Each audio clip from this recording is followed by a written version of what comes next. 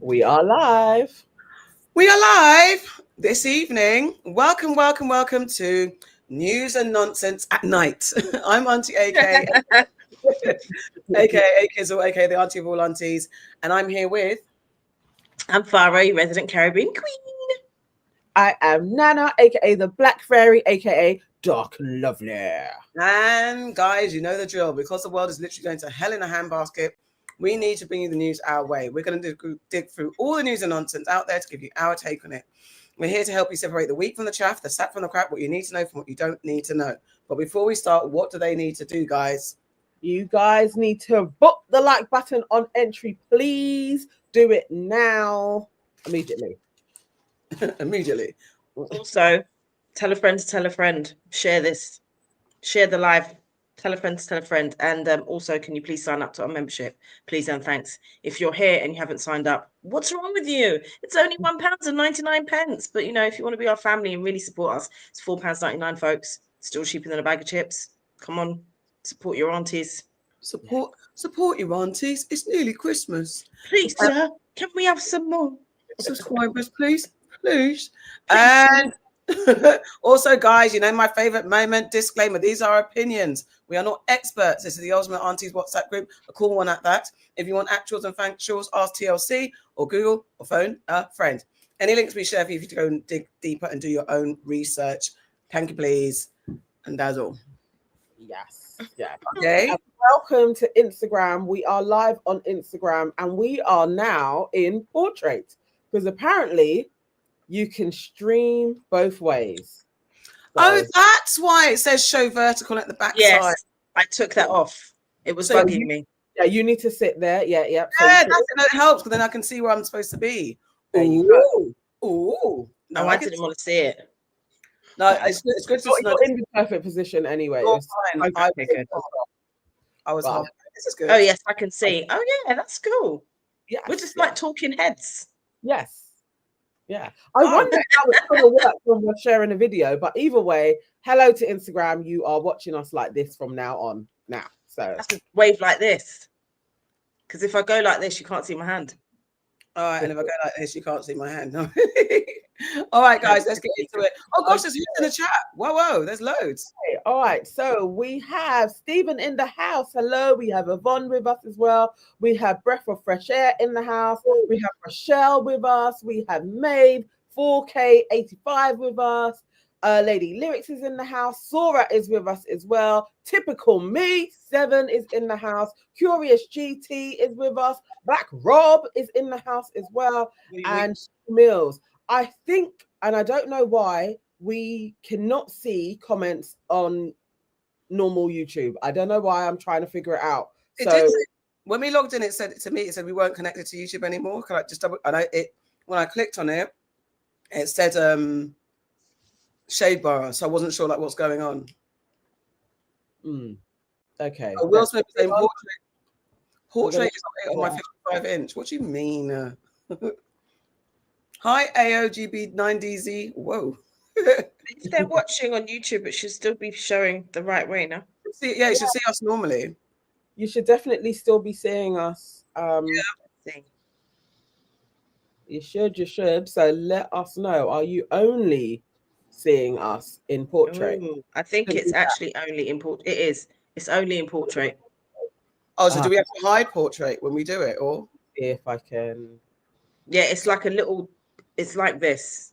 Oh, on YouTube as well now. On YouTube, yeah, it's. It should be streaming in both ways on YouTube. So guys, just got a technical glitch. We're just going to figure it out so you get the best viewing experience.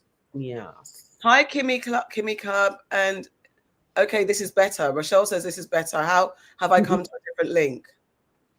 Oh, have you? I don't know. Rochelle says this is better. Good evening, Shadell. Oh, there's two. Hold on, let's see. So you've come through on another. Hello, Gas 3764.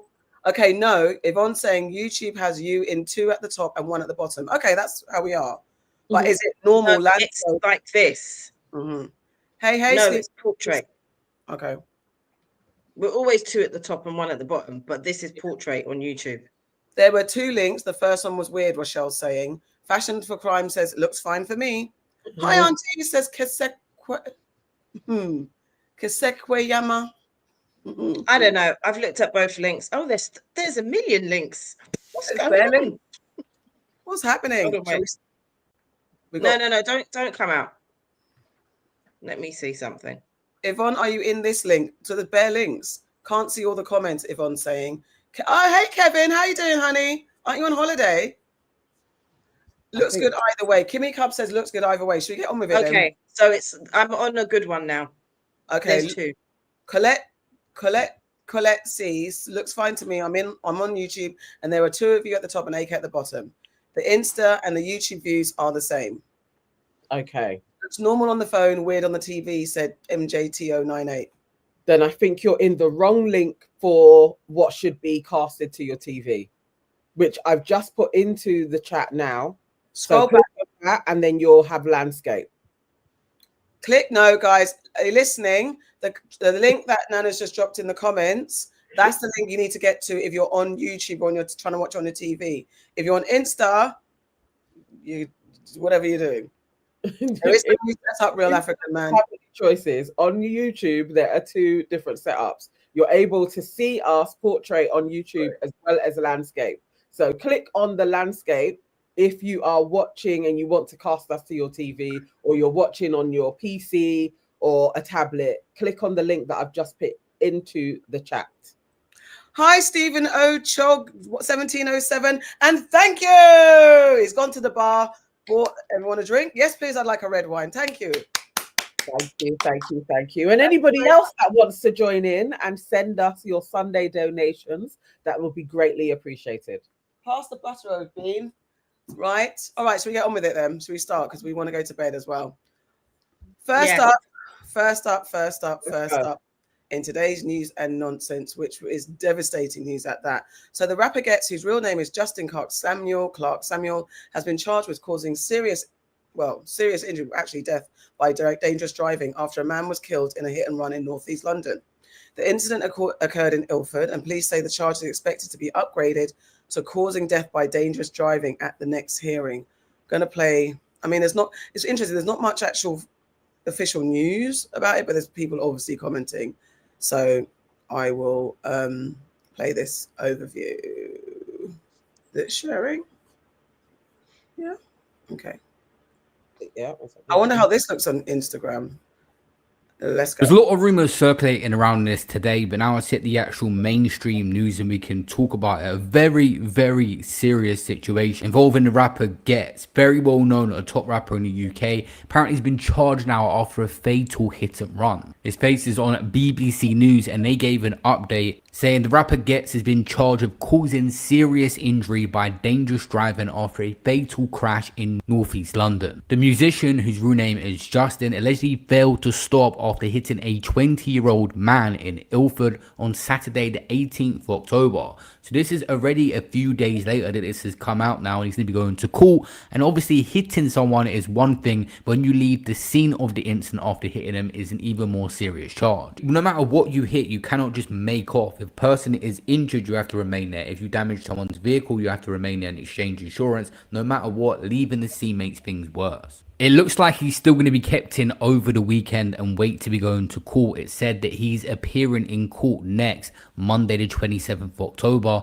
There was another part that said the 41-year-old has already appeared at Stratford Magistrates Court on Monday, the same day the man died in hospital. So it seems this situation has escalated over the last couple of days. Someone's been hit in a dangerous accident and they've gone to hospital, and over the last couple of days, obviously they haven't pulled through in the end. This has escalated brutally. The indictment is expected to change from causing serious injury to causing death by dangerous driving at the next hearing. This situation's caught everyone, including myself, completely off guard. We've got a well-respected artist here in Ghetts. I was listening to his music in the car the other day, preparing for this new Dave album, listening to In the Fire, a really talented, insightful artist has found himself in this situation. Then a 20-year-old victim who's barely had to live a life has somehow lost his in this mad situation. Cars can be lethal weapons, and many people have lost their family members due to situations that was possibly out of their hands or freak situations. So be diligent, guys, and do not take it for granted. Many people would probably fail their driving test if they had to redo it because of bad habits, and we see with situations like this how quickly things can go wrong. The rapper from Wood Green was remanded into custody and is due to appear at Barkside Magistrates Court on Monday, the 27th of October. It's still early in the investigation, and police are even appealing for witnesses to the crash to come forward and just speak a little bit on who Ghetts is in this article, and the break is officially happening. There was rumors around the industry on this one, but this is a serious situation. Like we said, this is so early right now. The court details haven't come out about every detail of this, so we'll update you guys on the extent of this situation. Obviously, the guy has just recently passed away, and we're about to go into a weekend, so he's got to wait for his court date, and it's not going to be until October 20th. Pretty much repeating. And then just want to get into this because the conversation has been so devastating, and there's been lots of speculation and lots of sharing of the video, which we're absolutely not going to play here. I've not watched it. I refuse to watch it. I don't need to watch that. I don't need to watch Ghetts being arrested. I was devastated when I heard about it. How do you guys feel? Just so that everybody is aware, that arrest video isn't from now. It's actually an old video and was used during an album rollout like 4 or 5 years ago. Okay. So that's not his arrest video at all. No, I'm sad. I wish I hadn't seen the video that was circulated. Oh, and we don't even know if that is definitely the video either. But either way, whatever is going around, I really do feel sorry for the family. His name is Yuban Tamang. It has been released that he is from Nepal, and his family had sent him over here. His cousin is on TikTok at the moment doing TikToks about it, just kind of bringing awareness to the family's devastation as well. So yeah, it's sad. I'm sad. I didn't know how much I actually truly liked Ghetts. Really, I feel like I'm really angry with him, but actually very sad for his life and his family's as well as the guy who has been deceased. But there's something in, I really wanted Ghetts to win. So I'm just finding it quite troubling that this has happened, actually. That I am really feeling for his kids and his missus, and all of the hope and promises that we had thought was going to be bestowed on him. It just feels like such a tragic waste of various lives, like many lives. Yeah, I think I'll just echo everything that you said. And two things can be true. We can be very sad for the person that's passed away tragically so young, and for their family. It's the ripple effect, isn't it, of like this, of one action, all of the lives that have now been scarred because of this action. And also you can feel sad for Ghetts that this has happened, sad and angry that this has happened, because as you said, well, we don't know the ins and outs of it at the moment, but it's just tragic because he is somebody who we all want to win, because he seems like a very decent human being. He seems, he seems very conscious in the things that he raps about as well. He recently did Supercell. You want him to win for that as well. It's just all round. You want him to progress and be a great light for the Black boys that we have out there. So it's very sad that this has happened. Sad for his family, and definitely sad for the family for the guy that's passed. 100%. I'm really devastated. Yeah, I feel the same. I feel emotionally shocked and a bunch of emotions, as if to say he's my family member. And obviously, rest in peace to the victim. That's horrific and shocking as well. He's 20 years old, came over here to study. Your parents send you over to think you're going to come back home. Do you know what I mean? And that's always the killer, the willer. Like, it's horrible that happens. But yeah, Ghetts is an industry friend. Like, I won't go to say like I know he's all filling out. We have conversations, not that, but he's a friend. We always catch up, talk, everything whenever we're at events. Last time I saw him, I wanted him to do something. We had a little laugh about him not being available. So he's like a cool guy, always cool, always respectful, always polite. Yeah, and I think this one hit us. There's certain people out there you're like, well, pretty much the way you live is how we see it. What we see on the front facing, we kind of expect them to get into nonsense, so you don't have as much empathy. Ghetts has got a warm spot in all of our hearts, I think. So this one's really difficult. I think, and the conversation has been a bit nuanced and a bit back and forth. I think I was going to show ZZ Mills had a nice summation of how, I kind of talking about how everyone's feeling and how we should, I guess, navigate. Oh, sorry, let me get the link up, sorry. Continue talking about, get some comments while I just draw this up. Dana says, not sympathy or sadness for the perpetrator. I refuse to even use his name. He's just the person with a job that happens to be public. Do feel for the perpetrator's children. Okay. Slicer Dazzle says, there's also a video of him and Posty and Ghetts his speeding and his eyes looking like he was on coke. Posty tried to delete it, but people put it back online. KW says, accidents happen, but killing someone through dangerous driving should be 20 years in prison if under the influence, 30 years, leaving him to die to 40 years. And yeah, I guess we haven't even touched on that. I know exactly what you're saying. The sentences can vary, but for that, it is like a 14-year is the longest form that you can do.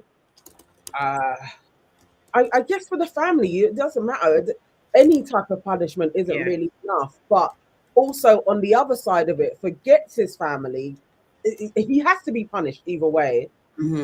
I do think anything over 5 years, but 10 years for him leaving, I think that's the bit that is, it's one thing you driving irresponsibly, you speeding anyway, and then you being under the influence, but to not stop and to carry on about your business, there has to be full accountability. You have to be punished to the letter of the law on that one. I just think that, and especially when somebody's lost their life, I feel like that should be what is done. As much as I really do want this man to win, he also has to be accountable for his actions. Yeah. So this is definitely. It doesn't matter who he is, doesn't it? Like, you know, that's why I said there's a sense of anger as well. Yeah. So look, causing death by careless driving when under the influence of drink, you may get life imprisonment, an unlimited fine, a ban from driving for at least 5 years, an extended driving test before your license is returned. And if you're a high-risk offender, I don't know his previous. That's a thing that I have been seeing people speculating on. He may have been banned from driving before. He may have been known to be a speed demon from his lyrics. Like, it all of that will come into account as well. So yeah, he's got.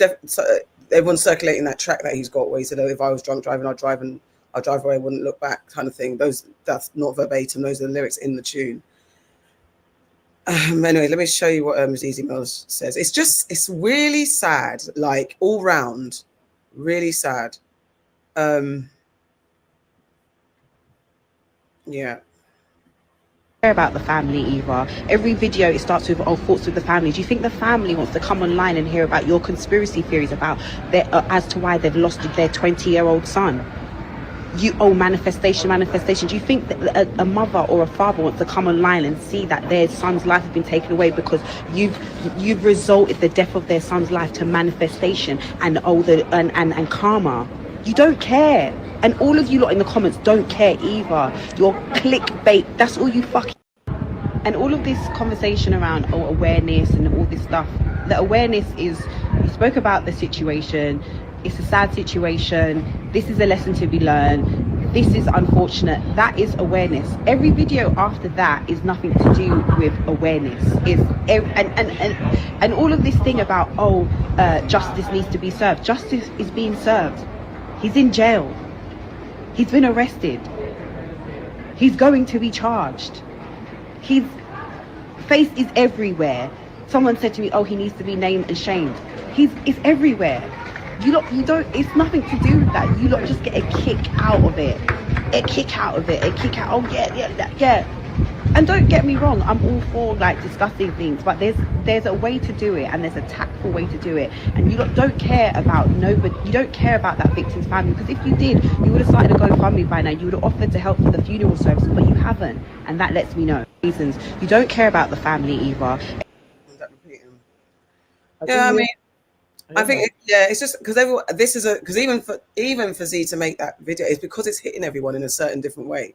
So it's like, from sharing the video to is the thoughts and prayers and like just it's all the boring and talk. But I think everyone's in a state of shock, even those who maybe are commenting in a way that might not be suitable to everyone. I think people are in a state of shock about this. What I think is disgusting is people sharing the video, the alleged video of the accident. Like I'm not, and the thing is, it's not just with this. Like anytime there's something like that, I don't like that stuff because people have a family. That boy has got a family, and that's circling online. What if it goes to them? People just need to bear these things in mind. Take into account how you would feel if that was your person. I think Cindy must have said, let me find it. Let's get some comments. I'm going to pull up Cindy's post. Okay, all right. Ace No Frank says, fun fact, as a child, he jumped into a stolen X5 while speeding down the road, driving crazy. I realized there was 2 elderly people in the back and he went whole for this. I know as I visited him with somebody else, I guess. Really? Okay. Let me see what everybody. Oh, he went to jail for that. Is he talking about Ghetts? I'm presuming so. Okay. Crucial J says there are a few speculations, including someone else driving his car, him taking the blame for it. Whether or not that's believable, it's best to wait for the actual facts of what happened. Yeah. Precisely. The thing is, when it's someone you care about, then there's always care, concern, and some kind of like, this is how we should go about it. When it's someone you don't care about, people can be reckless. And I probably have been reckless about someone that I haven't cared less about. So it is in general to be mindful of your actions when these things happen. You know, it's a lot. So there. In what way? What do you mean? Just like sometimes if you don't care about someone, or they don't have an affinity or something like that, you can talk about their situation, whether it's a crime they committed or the person. Okay. You know what I mean? And you could be a bit more. I thought you meant about sharing the video because that's like. No. Yeah, I don't share video. Yeah, not sharing I videos. just feel like that should just, if it gets sent to you, I don't understand the thing of putting it forward to other people. Like, it's because that is somebody, whether it's this case or not, if that is a real video, somebody lost their life. And we all need to be witness to that. No, we don't. It just seems crazy to just be posting that up. Like, you're not even saying, even if you do put a trigger warning on, why are you sharing? Why do you need to share it? Like Shade Borough sharing it without any, that protection screen, where at least then we have the thing to press it. But they didn't even put that up. It's just up. I'm scrolling and it's just flashing, and it's literally like, come on. What they didn't they say, oh, go to our other site? Yeah, it's their other page, but I'm subscribed to that page. Yeah, because it's like, why are you even like, and I said it in the comments, why are you sharing it? I don't understand. Like you said, no, and I don't understand. What is the point of sharing someone's end of their life? It's fucking tragic. It's beyond that. It's a click. So I saw someone, and I won't say his name, and he's like, and the way it's even phrased, like, guys, like this, and it's like, what? Don't frame it. Don't try and soften the blow. Don't try and make it nice. You're sharing the video because you're pretty much one of the first to have it, and you're going to get clicks and likes to your page. That is it. There's no other reason why you're sharing it. There's no need. You're not an investigator, and if you're an investigator, you wouldn't be doing that anyway. There's nothing. It's not warning anyone about the horrors of drink driving. It's not doing anything. It's not doing stop, look, and listen when you cross the road. It's not doing that. You're just showing it for gratuity and for likes and clicks. That's all. That is all. I wasn't even talking about Bouncer, to be fair. It was someone else. I watched Bouncer. Bouncer literally had the screenshot and was saying, I am not going to play this video. Yeah. But honestly, it's like, no, but Bouncer wasn't one of them. I would say Bouncer has probably produced too many videos on this, but I understand why he is producing videos, because he lost Cadet to a drunk driver. Mm-hmm. So obviously it's just hit him in another way. Like, actually, why would somebody who also was friends with Cadet, how are you then jumping into a car drunk and now you've done the same thing? So I get where he's kind of spilling over with lots of content, but he hasn't put out anything crazy at all. I would rather have cautionary tales. You don't need the video. Let's have cautionary tales about the industry, about drink drive, about drinking and managing your drinking. And I'm going to say here right now, I do not know anything about Ghetts' personal drinking behaviors or anything. I'm talking about in general, nothing to do with Ghetts, just in general. What is the thing when people are drinking? What people who think they can drive when they're drunk? Yeah. All those. What are you doing? How are you managing your alcohol intake? Are you an alcoholic? Do you have issues and all those other things? Who are your people who are your designated? I don't think that you have to be an alcoholic to drink drive. No, I know that. I know that. That's not literally what I'm saying. I know I hadn't finished. So that's not what I'm saying. I was literally saying, like, what is your alcohol? What kind of? There's so many things that comes with the person that makes a decision to get in a car whilst they're drunk. But you could not be. This is what I mean. I don't think it's that cut and dry as you're an alcoholic or you drink a lot, because you could be somebody who doesn't even drink. It's about your tolerance as well, because it does affect people differently. So some people can have one drink and be woo woo woo. Like if my sister has one drink, she's fucked. Yeah. So she doesn't really drink because she knows how it affects her. So she could have a drink and get into a car and something could happen, like touch all the woods. But I'm just saying, because that is how her tolerance is. So that's why they say that you shouldn't drink and drive at all, because of your tolerance. You don't actually know what it's going to be like. Even though there is, like, you could be below the actual alcohol limit, but the way that it affects you is the way that it affects you. Yep. So I don't think it's as cut and dry of what are you thinking when you're going to drive. I just think that some people genuinely think they're okay. All the time. There's a whole gamut of it. There's a whole gamut of things from what you're saying. I wouldn't even say. Some people think they're okay. Some people black out and don't even know that they're not okay and just drive because they've blacked out. So they don't even realize that anything. And then when they wake up in the morning, they don't even know how they've got home. Yeah, because they were just driving on autopilot. But also there is something about the speeding. And I see too many, and I do see it. It's a lot of black males who seem to have this thing like, I am a great driver. I am the one that is a great driver. It's other people on the road who are not great drivers, and they speed down places. And it's the speeding as well as the drinking, or they could be bunning, but it's the speeding on a road that takes people's lives out. Now, if you're drunk and you were driving slow, that you may knock the person over, but you're not necessarily going to kill them. And it's the speeding that too many people do, and they may not be drinking, but it's speeding around places, especially residential. Outside of mine, it's a little road. Why anybody would speed down my road, I have no idea, because you could knock over a kid. But the boys do it. From time to time, they'll just come down the road, and it's like, you will kill a child one day because they are playing.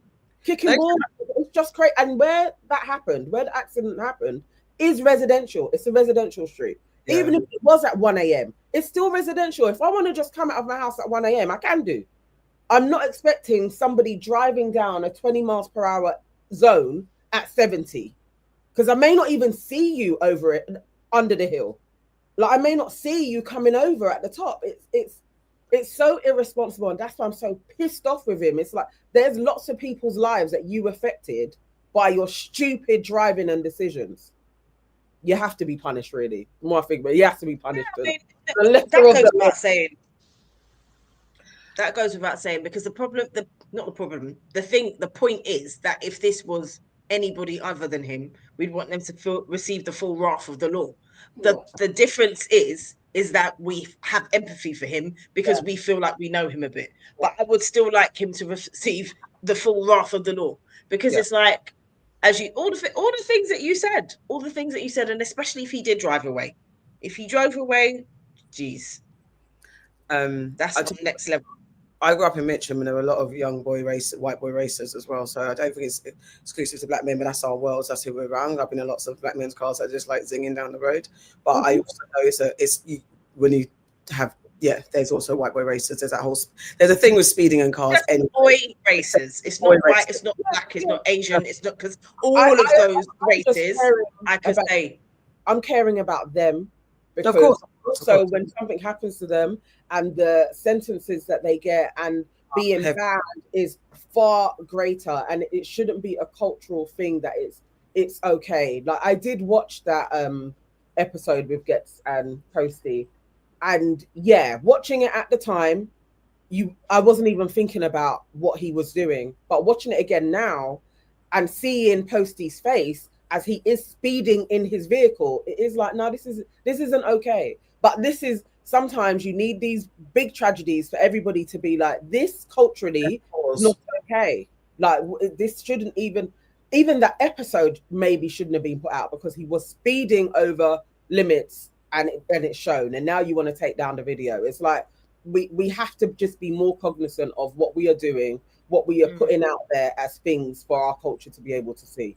100%. I think oh God, Adedeji made Sanya, sorry, said speeding makes no sense. It doesn't, but it's like the cars don't have a stop limit. They have the ability to speed, and like if you, I guess there's a thrill of it. There's also the thrill of driving. There's a thing to driving fast. It feels, I guess, amazing. And even being a passenger in the car, like when you're young, when someone's speeding, it feels fun. It does, and there's an element of being teenage and reckless, but that's the key word is teenage. Not that I'm saying that I'm advocating for it. When you're dumb and you're young and you're learning how to navigate life, those things can be marginally excusable. I'm not advocating for it at all. As a grown-ass man, especially in your 40s, come on, you need to do better. You would definitely hope so. I mean, again, it's like I told you guys, I never had that as a teenager anyway. Like I was generally scared being in cars, and if somebody was speeding, that could almost make me want to throw up. I lost my cousin, who was a notorious speeder in our family, and he lost control on the Shepherd's Bush flyover, which I have lots of family in Bush, so we always would go over that flyover, and it's like it's double now. We go over that flyover, I think of my cousin, and then you've got flipping Grenfell there as well. It's like it's just very emotional. So when I was in a car and somebody was speeding, I would always be like, I want to get out, like drop me off. I can't be with somebody that does all of that madness. You know, it's like their face gets transfixed and the one hand is on and they're acting all like they're flipping Lewis Hamilton. It's like we are on the roads in London. Please, let's not do this and crash into a bus unnecessarily. Like, I don't know. It's never been thrilling for me. I always think it is wholly ridiculous. And go to a racing track if you really want. I'd like to say there needs to be, like, you can go to racing tracks. You need to get it out your system. Go to racing tracks. Or maybe this is the thing about cars anyway. Like I always wonder why they make them to go at certain speeds. Yeah. Because you can't drive them. You know, all your fast cars, you cannot do 120 miles per hour anywhere in this country. The speed limit is 70. The fastest you can go in this country is 70 miles an hour. That is it. I'm a driver. That's it. So I don't know why they make all of these cars to do more. It's kind of mad. It is. I wanted to take it back to it's a bit of topic slightly, but it's about announcing deaths and stuff like that. Recently, art and curator Bunny Bread, he recently passed away, and a friend of the pod, Cindy, she was commenting on how the news was shared. So I just wanted to share her post, and it's just again being mindful of when you hear about someone's passing, or if you have to have inside information, like how you share it and what's your responsibility in this space. So she's like, dear older fam, seeing as so many of our friends and family are passing over to the other realm, can we please use some common sense, humility when sharing of their passing on this relatively new information medium? Yes, I get that everybody grieves differently, but you will be surprised how undifferent it actually is when you get to find out that your genuine, bona fide friend or family member has passed courtesy of an OMG style post, or worse, OMG, how did they die? People, honestly, let's use our brains for real. I don't care if this pisses anyone off. I've seen this a few times over the years and even fell out with some folks, especially some years back, because they were explicitly told by a close family to not announce illness of individual and still went ahead, well-intentioned or otherwise, causing private distress to the immediate family. It's tactless and shows a lack of empathy of others. It simply isn't up for debate. And as a result, if you're generally close to me and know, those of you know you are, if I pass before you and you see someone parasocially announcing my passing within mere hours, please know they have my license to cuss them all the way out on my posthumous behalf. And if you know Cindy, you know she means it for real, for real. So thanks, a little bit of brevity on that. But the crux is, it's like trying to be the first. It's this whole world of trying to be the first and being the one with the news and all that type of stuff. You just have to be. I don't know why people lose their mind. And I say this as a platform with the British Blacklist. We're a platform that will announce people's passing in the public. I think you're never the first to do it though, because you do it very respectfully, and you're not the first person to do it. We're not the like first. I've seen when people have gone. Sorry to interrupt you. I was just going to say, like I have seen when people have passed, and you've announced it, and as I said, you do it respectfully, and I feel like you wait for like it to come out family or an official line. Yeah. Like recently, we were asked to be one of the first to share the news of the unfortunate passing of Somalia Season, the author, and she was a friend of mine, friend of the person who asked me, and she said, please, can you share it, because Somalia loved the work that you did. And we literally just interviewed her, and I literally just saw her, and she just said that she would be really appreciative if you did a collaborative post. So we shared it together with her husband's kind of words and her best friend's words, and we put it out together. So that was a request, and not everybody knew. But obviously there's certain facts you don't reveal as well, because you just it's not business to do that.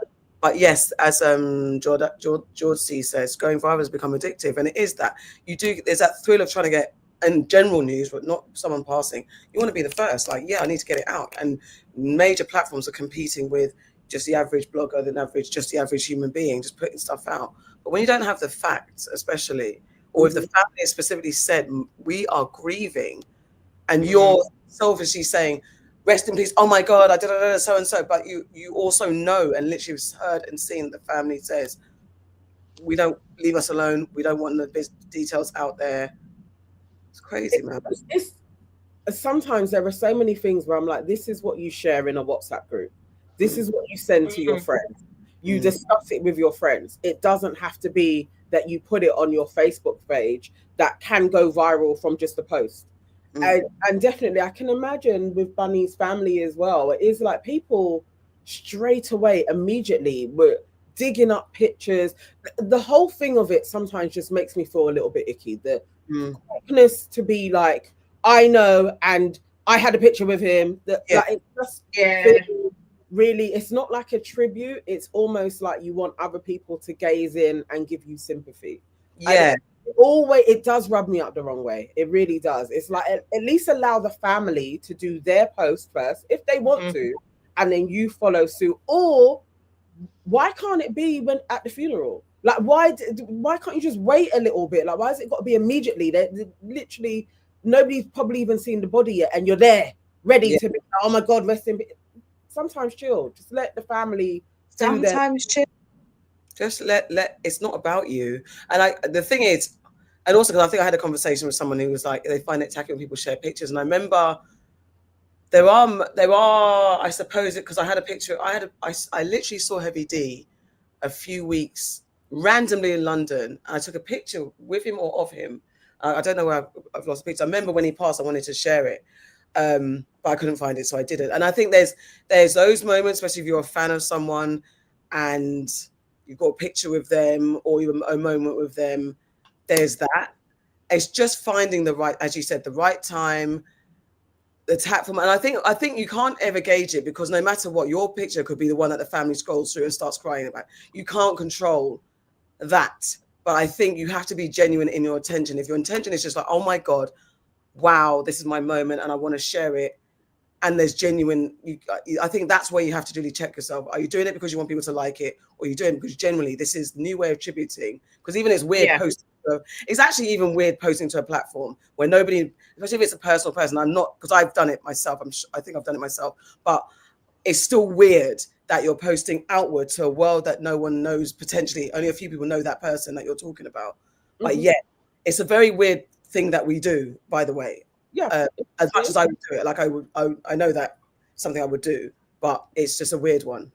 No, it is strange. It's weird when you do it as well. It's like posting my mum passing. It was weird. I actually took weeks, and even then, it's like I'm taking weeks, and there's other people who wouldn't know, who would have then missed the 1 week, who Yeah. then are back like, why didn't I know? And it's kind of like, we haven't spoken in time, but I know you actually have sat down with my mum before. I get it that you may have wanted to come, but I'm going through my own thing of feeling weird about even sharing that she's passed. Yes. Like, it's kind of a whole there's so many things that you'll go through, like So many levels. yeah, it's like it's that same thing. It's like, why am I posting this? And I don't actually want eyes on me at this moment. Like, I don't. Yeah, I feel like sometimes it's almost therapeutic, though.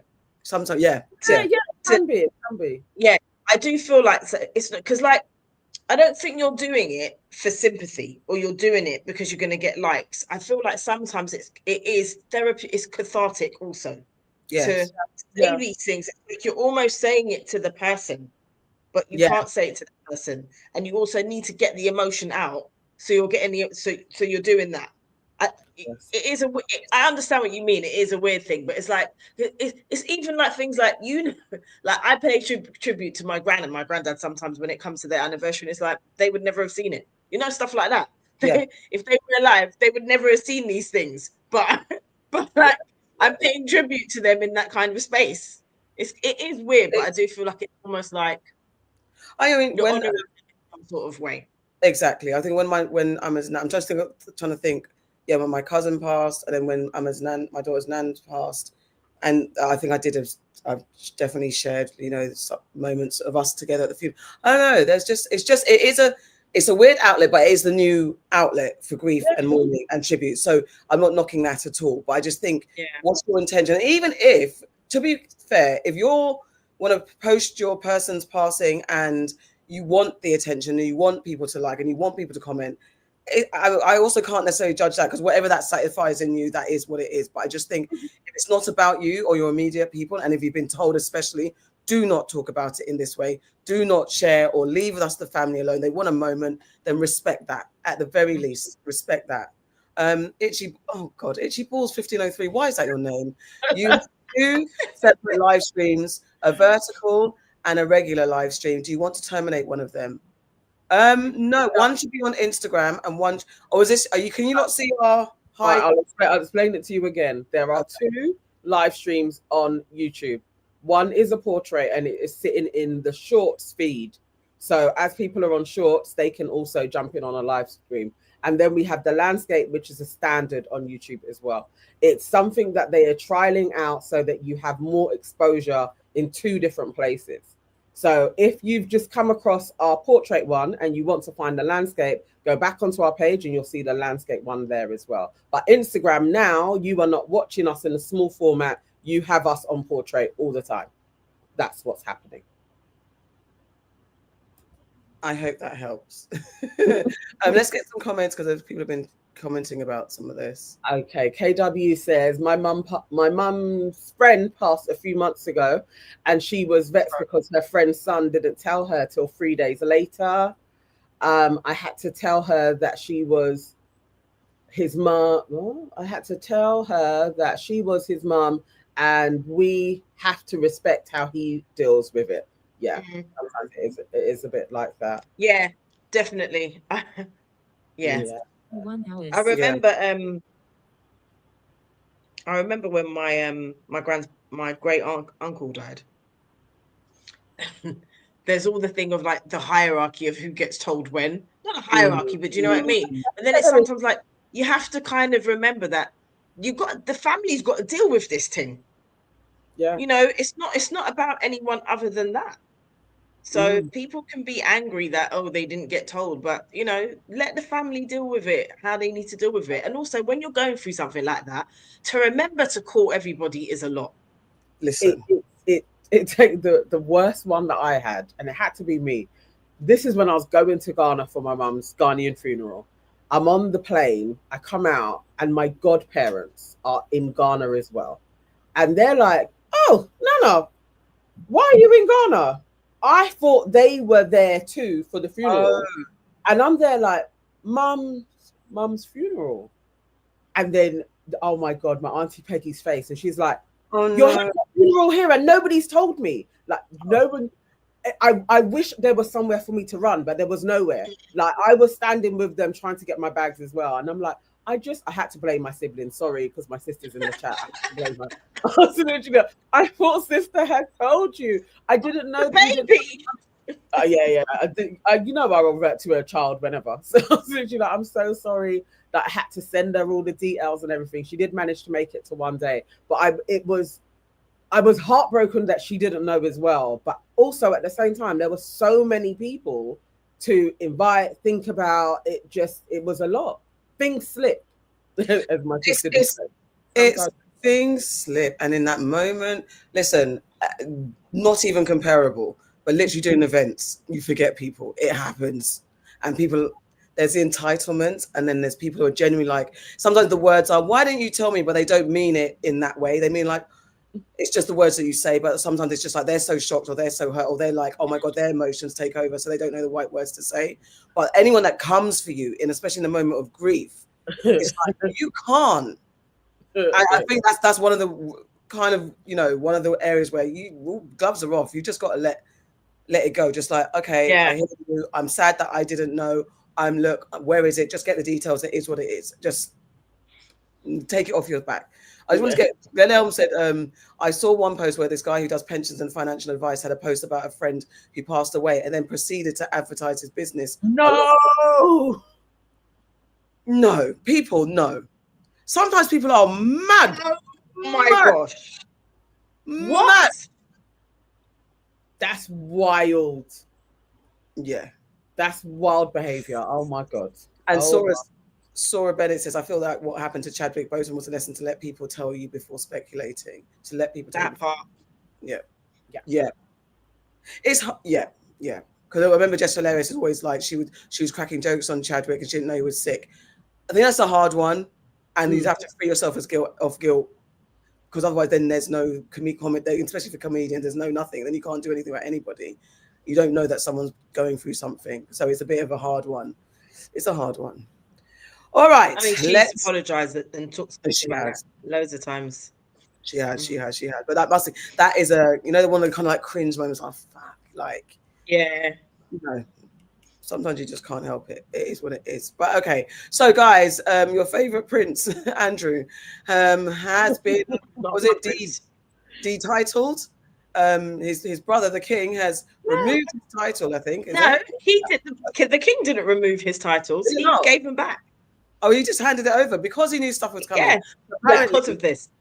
Okay, so then the Met Police are investigating claims that Prince Andrew asked an officer to dig up dirt on the accuser, Virginia Giuffre, who sadly passed away. The Met Police is reviewing allegations that Prince Andrew asked a personal protection officer to investigate Virginia, the woman who accused him of sexual assault. In 2011, Andrew allegedly passed her details to his officer in an attempt to find damaging information, just to like defame her, I guess. The claims come as Prince William is said to be planning a ruthless approach to distance the royal family from his uncle. So why is Prince William doing it? So here, let me get some stuff out there. I've been in it to be king. Yeah. There has always been speculation that William has never liked Andrew. Okay. Like that Andrew was propped up so much by obviously his grandmother, his mum, the Queen. So there has always been something with William and Andrew anyway. So it's like it, and Charles, they don't talk about Charles's cancer anymore. But you know, we don't know how long Charles has and what stage his cancer is or anything. But it seems like William is coming in slow, but doing his thing. And also his cousins have sided with Harry. So they too could lose their titles eventually as well. If William is as ruthless as some people say he is, that his royal family is going to be the family that he likes and not everybody is going to be involved in that shizzle. Oh, he's going to be champion. Let's go. There are moments when the king feels compelled to visit a place where people have been through the worst of times. The synagogue in Manchester, the scene of the terror attack earlier this month, is one such location where today Rabbi Daniel Walker told King Charles what happened here. When the palace talks about how the Andrew problem is distracting from the king's work, this is what they mean. This week, that Andrew problem comes in the form of publication day of the book by Virginia Giuffre, his accuser. Nobody's Girl was written with a co-author before Miss Giuffre died by suicide. Amy Wallace is the ghostwriter of the now posthumous memoir. They spent 4 years together on the project. Miss Giuffre claims she was abused by many men during her time trapped in the abuse operation run by Jeffrey Epstein. What she always said to me was, I may not remember days, times, dates, but when you have a man raping you, his face 6 inches from your own, you remember that face. Miss Giuffre writes in details about what she claimed happened after this photo was taken, she says, in London in 2001, when she has alleged many times that Prince Andrew sexually abused her. What is new are her claims that, after casting doubt on my credibility for so long, Prince Andrew's team had even gone so far as to try to hire internet trolls to hassle me. She also talks about the settlement with Andrew in 2022. To stop her tarnishing, as she puts it, Queen Elizabeth's Platinum Jubilee, Miss Giuffre said she agreed to a 1-year gagging order. As for the many millions she was paid to settle out of court, I look forward to disseminating some of the Crown's money to do some good, she wrote. Prince Andrew strongly denies all allegations of wrongdoing, and the settlement involved no admission of liability. After Friday's announcement that Andrew will no longer use Duke of York, his page on the royal family website was updated. All mentions of Duke were removed, replaced with Prince Andrew. Accordingly, his former wife Sarah Ferguson changed her social media handles. It went from Sarah the Duchess on X or Twitter last week to Sarah M. Fergie 15 today. So what of his titles? Andrew will no longer use Duke of York, but he remains Duke of York because a change of law is required to remove it. But a number of MPs are happy to oblige. These matters are incredibly complicated because Parliament can't actually discuss the royal family, and therefore it's very hard to raise these matters. But at the same time, we have to think about the victims and survivors. Take them off him. This is a man who said that he wanted to play some more with a convicted international notorious paedophile. In what world is he able to keep those titles? Buckingham Palace had hoped last week's announcement would quickly shut this story down. It doesn't seem to be working so far. Well, it certainly doesn't, does it, Chris? There are so many complex strands to this story, aren't there? There are, and there's a few more places that it could yet go. We still haven't heard back from the Metropolitan Police, who said yesterday they were going to look into these new claims that Prince Andrew suggested to his police bodyguard that he should look into Virginia Giuffre. By the way, it should be clear that's not the job of the police protection officers who look after members of the royal family. And then there's this issue about what do MPs do? We heard two of them there, one from the SNP, one's an independent MP. Is that going to grow as they reconvene in Parliament over today in the next few days? Because that is a very tricky moment, because it's His Majesty's government who would either have to make time for it if they choose to do the law, or it would have to come through a private member's bill. So let's see where that goes. But we heard two vocal campaigners there from Westminster about what they think should happen.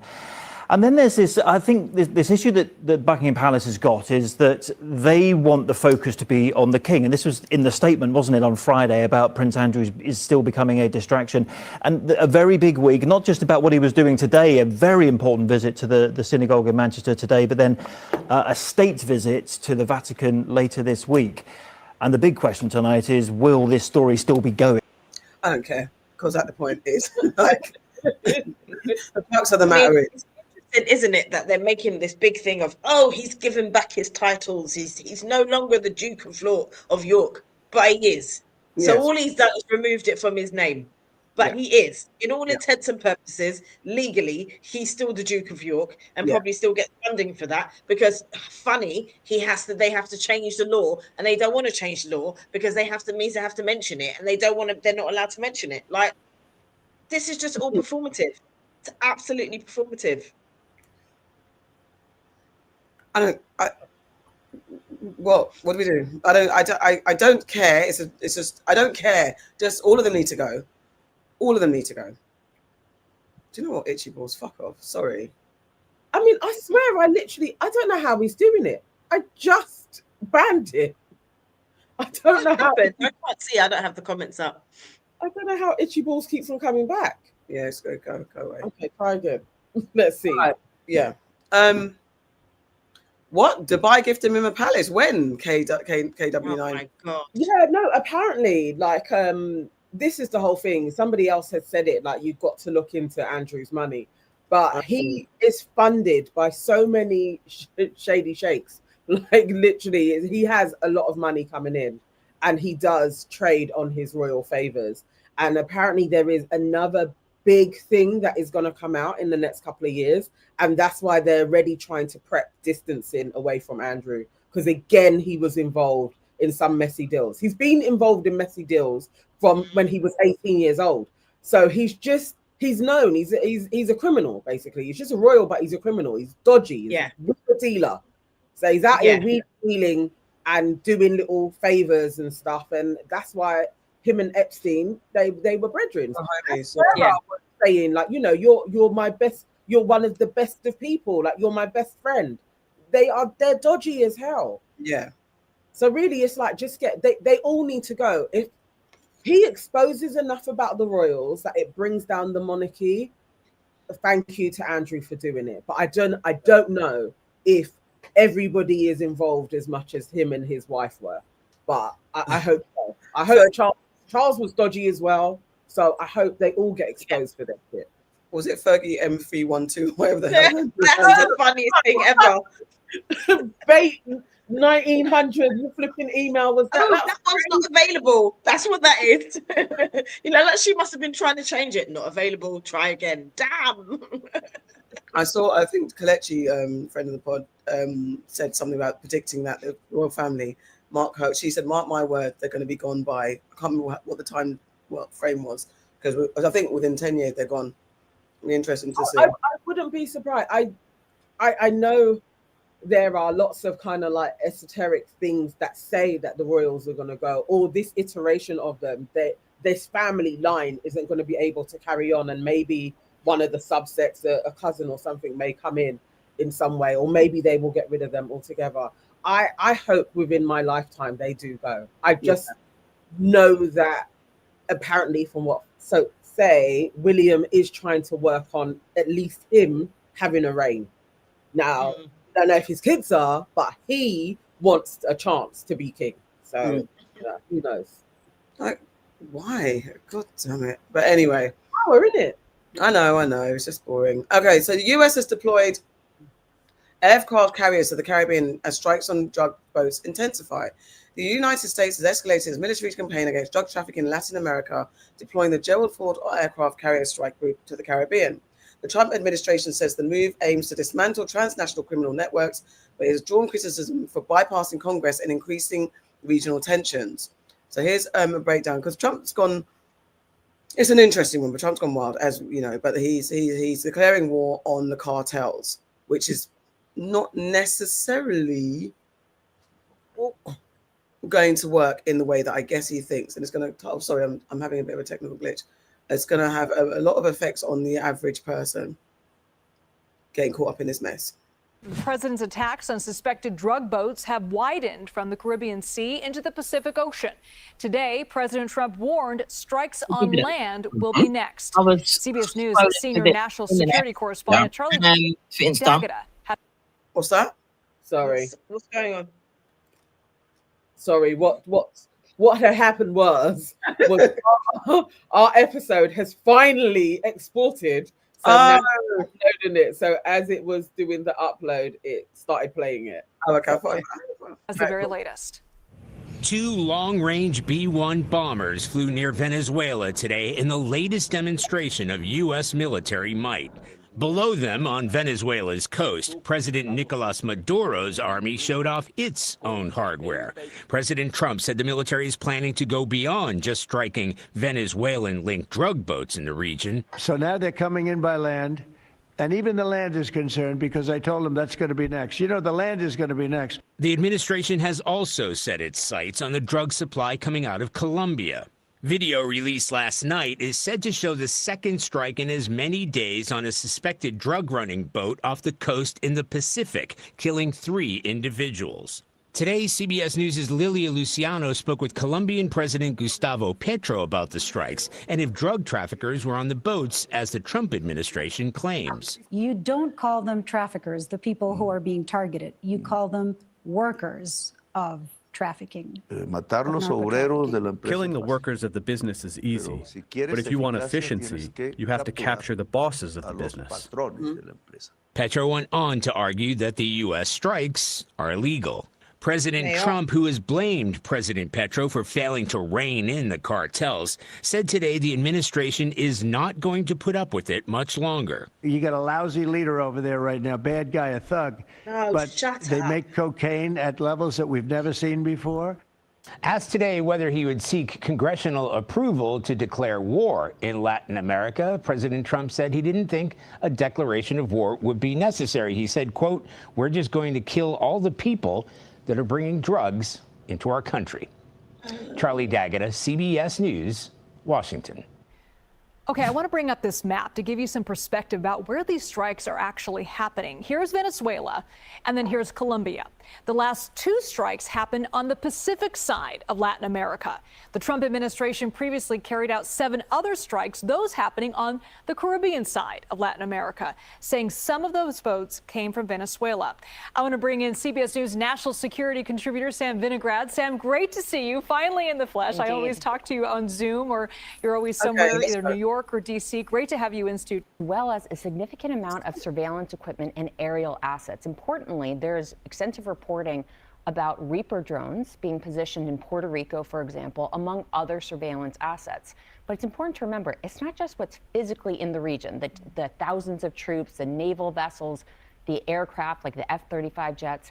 It's also the fact that the United States has been conducting aerial missions from the United States over waters, for example, around Venezuela, B-52 bombers, B-1 bombers and more, to really send a message that the U.S. has significant capabilities both at sea, in the air, and on land. I want to talk a little bit about the history of this hostile relationship between the U.S. and Venezuela. It's worth noting that the 2 countries had a diplomatic relationship for years until the late 90s when Hugo Chavez took over. So what happened after Chavez became the leader?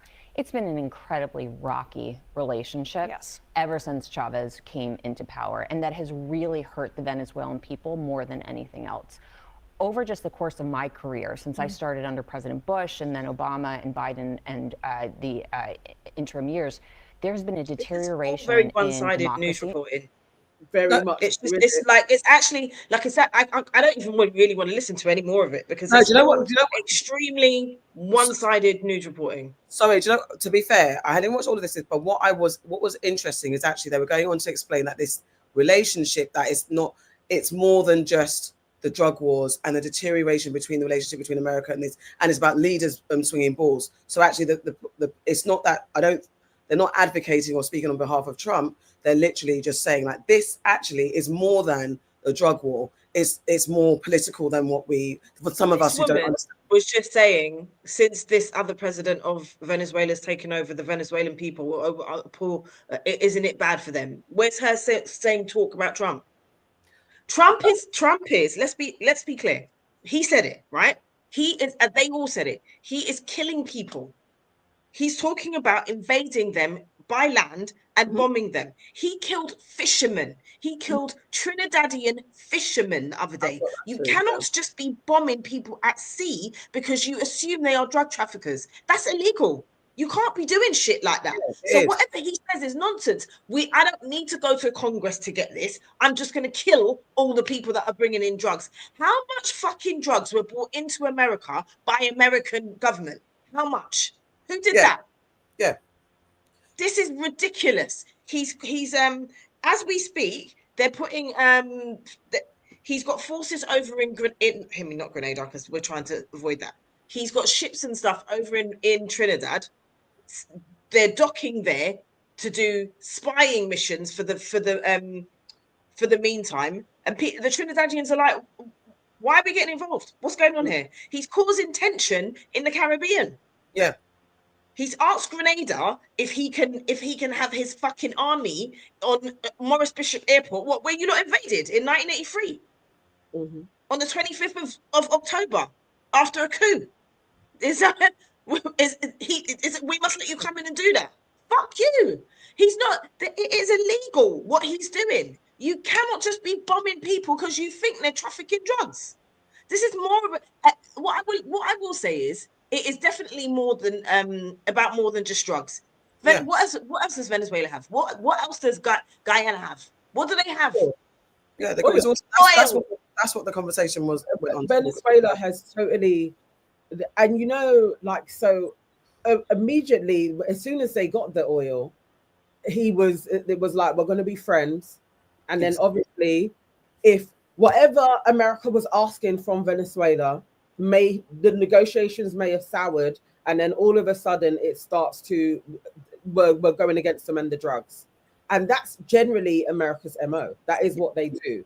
And where I'm still leaning on the side of I don't know who all's going to beat them yet is because who's the opposition?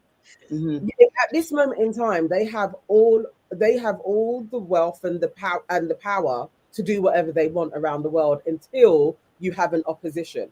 That is how the swing goes. So it's like, okay, who is going to be in opposition to America at this moment in time? Because it isn't. Venezuela can go to war with them, and your country, all of the Caribbean, can be destroyed by America doing their might. They do it all the time. But somebody has to be like, some part of the world has to be, we are stopping these guys from being the world police.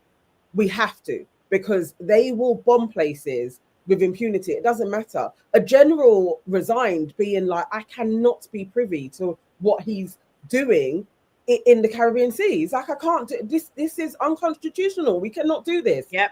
But who cares? He went, nobody even batted an eyelid. Another person came in and they're ready to carry on bombing. So when are we going to be like, no, enough is enough? And that goes for the American citizens as well. When are you actually going to be like, not in my name? Can this be carried out? Everybody has to be sick and tired of it. Like, truly be like, it's got to end. We've got to stop this. Yeah. It's just... I'm sick and tired of the bullying globally. I'm sick and tired of it. But it's like you said, who's gonna stop them? Who's gonna stop the white supremacists? Who's gonna stop them? The minute they see anybody doing anything of worth, or the next thing you're doing is you're saying that they're terrorists or they're fucking communists or they're drug dealers or some shit like that. You've always got something to say, innit? What about you lot? all the damn time. Dana is saying there is a petition to keep them out of Grenada. I know. For the natural resources. Slicer says Venezuela has the third largest oil reserves in the planet. Apparently, thank you. We all know why America is there. They're gonna take. They're taking Venezuela. That's 100%. Area 100%. Or a real African man. Sorry, go on. Let me do this message. A real African man says China doesn't really want to go to war head to head with them. It might stunt their economic growth. Maybe, but that may be what it is. I don't know. Yeah, go on. Yeah. I was just going to say, so in Deacon Mitchell, who's the Grenadian Prime Minister, he's saying that they haven't made they haven't come to a conclusion yet whether or not they're going to allow America to dock troops in Grenada. And as you said, there's not only petitions, there's protesting going on as well. And it seems to be growing, which is great, because the fact it's like the actual audacity of them. It's just nobody wants it. Nobody wants it. Leave us alone. But for the safety of the country, I can understand why a leader would allow America at this moment in time to do what they are going to do. In the same way, I understand how leaders of tribes wouldn't go against the British to keep their people safe. I understand why people are like, I'm not going to be the one to battle against America at this time, and I'm going to let them America were fucked with us already. I get it. America, so being friends with them ain't going to do no one no favors either, because they'll do whatever the hell they want. This is the thing. Basically. I'll just get this one. A real African man says, imagine strong arm robbing every country in the world and trying to present yourself as the best country in the world. That is Britain and America. that is what it is. There you go. Basically. Boy. I was going to play a video of the family of the Trinidadian man who was killed. Because there's a couple. There was more than one. There's been a few. But generally it says that this wild abandoned bombing is not strategic, it's not common sense, because usually the people who are doing the drug running, they're not the cartel bosses, and it is that. Do a bit more due diligence, because no one's not. This war on drugs has been going on since we were babies and from before that. So the war on drugs is always a political slogan. And it's not really the truth of the matter, because America definitely profits from the drug trade. So when it's more that, and that's what kind of like those women were going into, it's like not in that detail, but when you look at the changing heads of power, their relationship to the political leaders in America is what determines how hard they're going to go. Obviously, Trump is being reckless now because he's just shown his dick everywhere and just trying to go like, I'm hard on this and I'm a hard man and no one's going to mess with me. So dropping bombs on a country that don't give a fuck, like the leaders who are already dealing with the cartels, the cartels who kind of have strong-armed countries of their own right? You just bombing the workers is not going to get things done. Cartel leaders are survivors. They're going to be around probably forever. There's a different way. You're not going to quell the drug trade. The drugs are just going to come in from another port and another port, another port. I don't know how you stop the drug trade, but at this moment, this is leaders having beef and having their people being used as pawns. That's what's going on. It's more than just, resources and that, but it's watching the leaders and their relationships, because what deal needs to be brokered, who said no to what deal,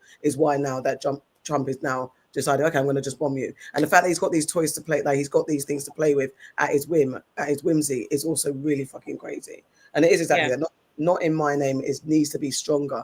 I don't know what people can do, and I'm sure I know from the conversations I'm seeing online that Americans are just losing their heads. Like what the hell is going on? Some Americans, like that. But the thing is, as well, what's scary about this bombing in the Caribbean Sea and stuff like that is there are fishermen now who are scared to go fishing. There are people who have nothing to do with the drug trade whatsoever, and they're actually scared because man's just dropping bombs wherever he feels like it. Mm-hmm. Yeah, and you don't like the strategy. What's the strategy? Because there's any waters anyhow that you just assume. What's your intel? What's your strategy? Well, who are you actually talking? This is very much like what they're doing in Gaza. We're looking for Hamas. Are you actually doing your due diligence? Are you using intelligence? You've got the whole CIA, everything. What intelligence are you actually using to actually find the actual terrorists? And then what, you're just bombing at will. So 50,000 millions of civilians are dying in the hunt for a few people that actually, if you took a minute and actually honed in and used this fantabulous CIA, FBI, whatever case you're doing, you're not doing that. This strategy is anyhow. You can't just be bombing waters just for the sake of it. But this is it. The test was when the first flotilla was not the first, but the first in recent times was attacked and boarded in international waters. That's illegal. When that happened and nobody said anything, not too long after, Trump started to do his bombing and what he's doing in international waters. It's illegal. But if you fuck with international law on one hand, who's to say that you can't fuck with it again? They're just testing it. That's all they're doing. Family members of a young man from Trinidad and Tobago says he was killed in a recent U.S. military attack on a boat in the Caribbean this week. The family says 26-year-old Chad Joseph was a simple fisherman. He went to Venezuela 6 months ago to find better work because he had relatives there. The family claims he died in a strike on Tuesday. Joseph's cousin, Afisha Clement, spoke out about her pain. Donald Trump take a father, a brother, uncle and nephew. From families, Donald Trump don't care what he do, you know. He just targeting one thing in Venezuela. And he's saying it's drug cartels. It's not that. It's not that. Donald Trump, you need to stop your shit and stop killing innocent people. U.S. President Donald Trump has ordered U.S. troops to the Southern Caribbean to fight drug trafficking. They have since hit at least 6 boats they claim were involved in illegal drugs.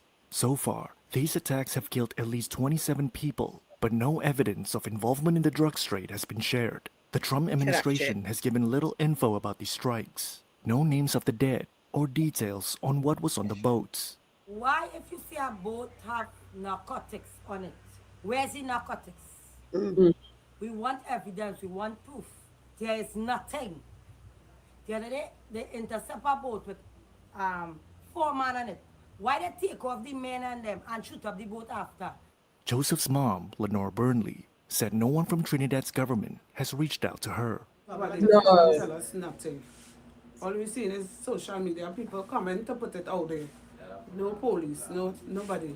A U.S. official told Reuters that a strike on Thursday was the first with survivors. Legal experts question why the military, not the Coast Guard, is conducting these deadly operations. They also ask why the U.S. doesn't try to stop the boats without killing people.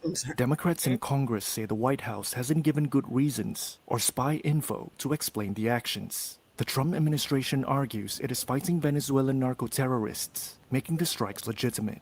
Trump also confirmed on Wednesday that he authorized the CIA to conduct covert operations in Venezuela.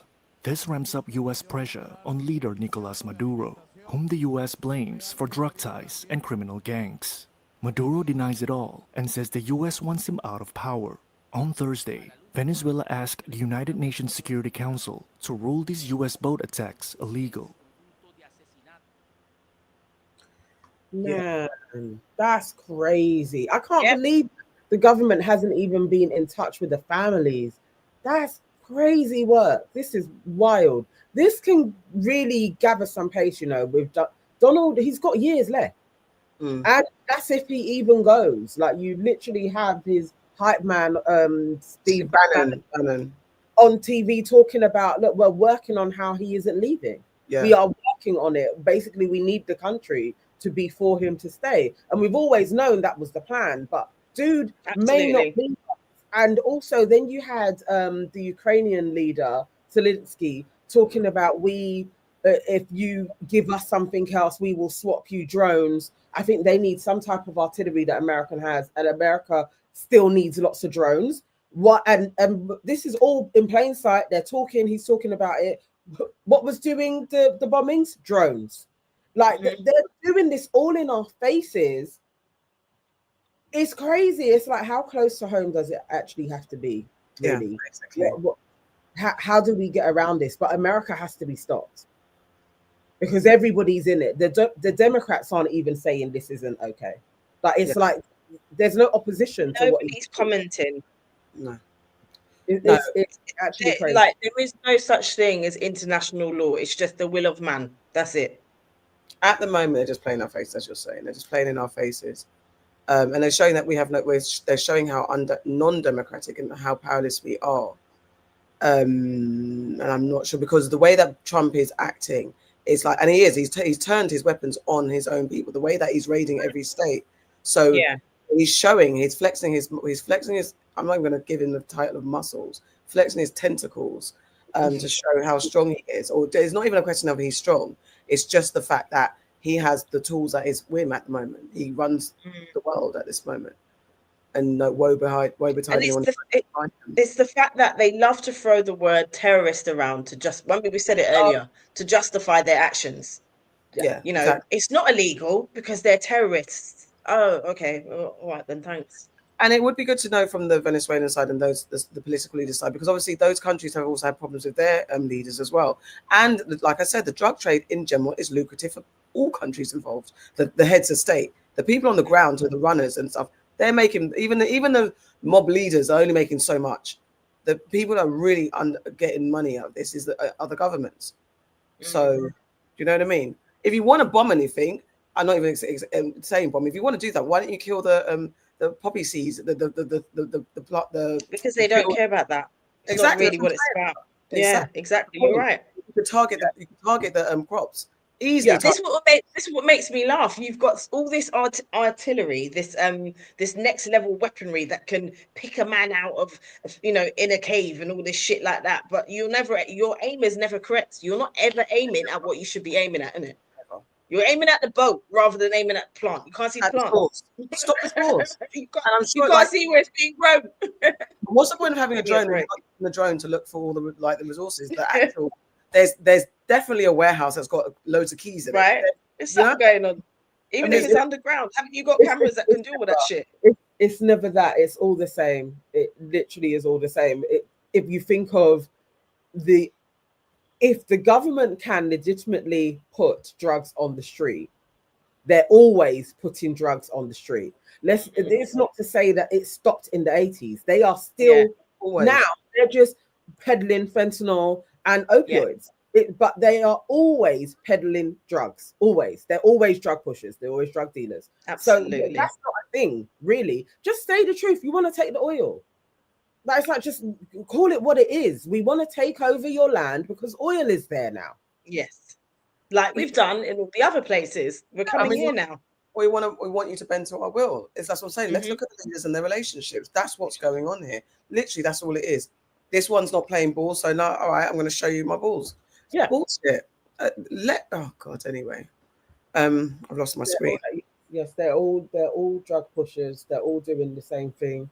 I've been saying it for so many years now. That's why voting is a crock of shit anyway, because it's all the same stuff. It's like either we would have to remove all of them in entirety. We would have to start again, building another fraction, because they've sewn up everything within the laws. It's like they're always going to be in self-interest. And as a normal person, you're always food. That's why they can bomb the boat and kill fishermen, and the families don't even get an official coming to say this is what's happened to your family member. You can just do that. It's like we're just mere ants walking around, and we can take you out whenever we want to. Day by day, we're being shown how insignificant we are to them, the powers that be. Other than to be the worker bees. All right, so moving on. Oh, we've got money. Hello.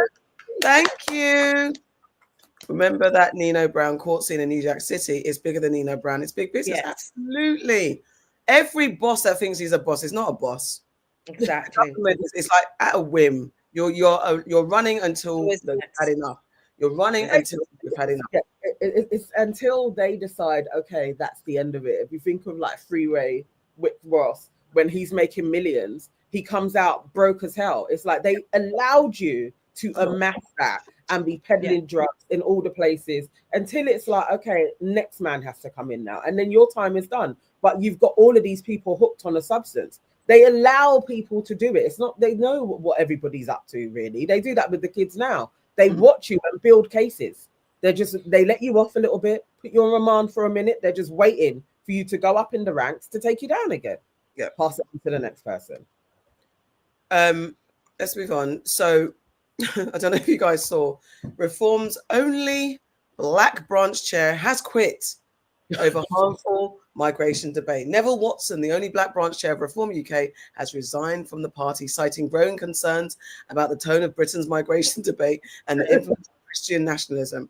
Watson, who led the Enfield branch in North London, said that while he had not personally experienced racism within the party, the increasingly divisive rhetoric on immigration was doing more harm than good and undermining community cohesion. Now, there's not an actual video. I've got two videos. One of this just going through what he was saying. It's a boring video, but we'll watch it anyway. This guy Neville is it rhymes with spoon. Let's say that. Yes, people. Okay, right now we're checking out this article about Reform UK. So it says here, Reform's only black branch chair quits over harmful migration debate. So let's see what's going on here. So it says here, the only black branch chair of Reform UK has left the right-wing populist party, saying the tone of Britain's migration debate is doing more harm than good. Neville Watson from North London told The Guardian he had not experienced any racism whilst being a member of Reform. But, there's a lot of good people there. However, the former leader of the party's Enfield branch said he was alarmed by the growing influence of Christian nationalism, the hard right movement that blends politics with fundamentalism. Now, Watson added that he has been dismayed by rising levels of Islamophobia, feared some people within the party were sympathetic to the likes of the far-right activist Tommy. But Toby was an error. So he's reading through that. This is what he said. But I actually wanted to share this. This is him talking because he used to represent UKIP back in the day. Oh, so he's been a spoon for a long time then. Yeah. Look at him.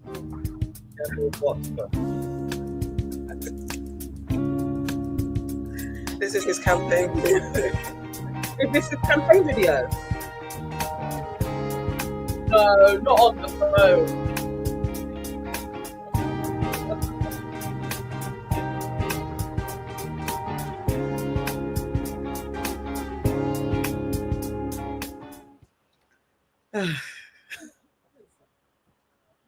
Why UKIP? Many people have asked me, why am I standing for UKIP? Well, it's simply this.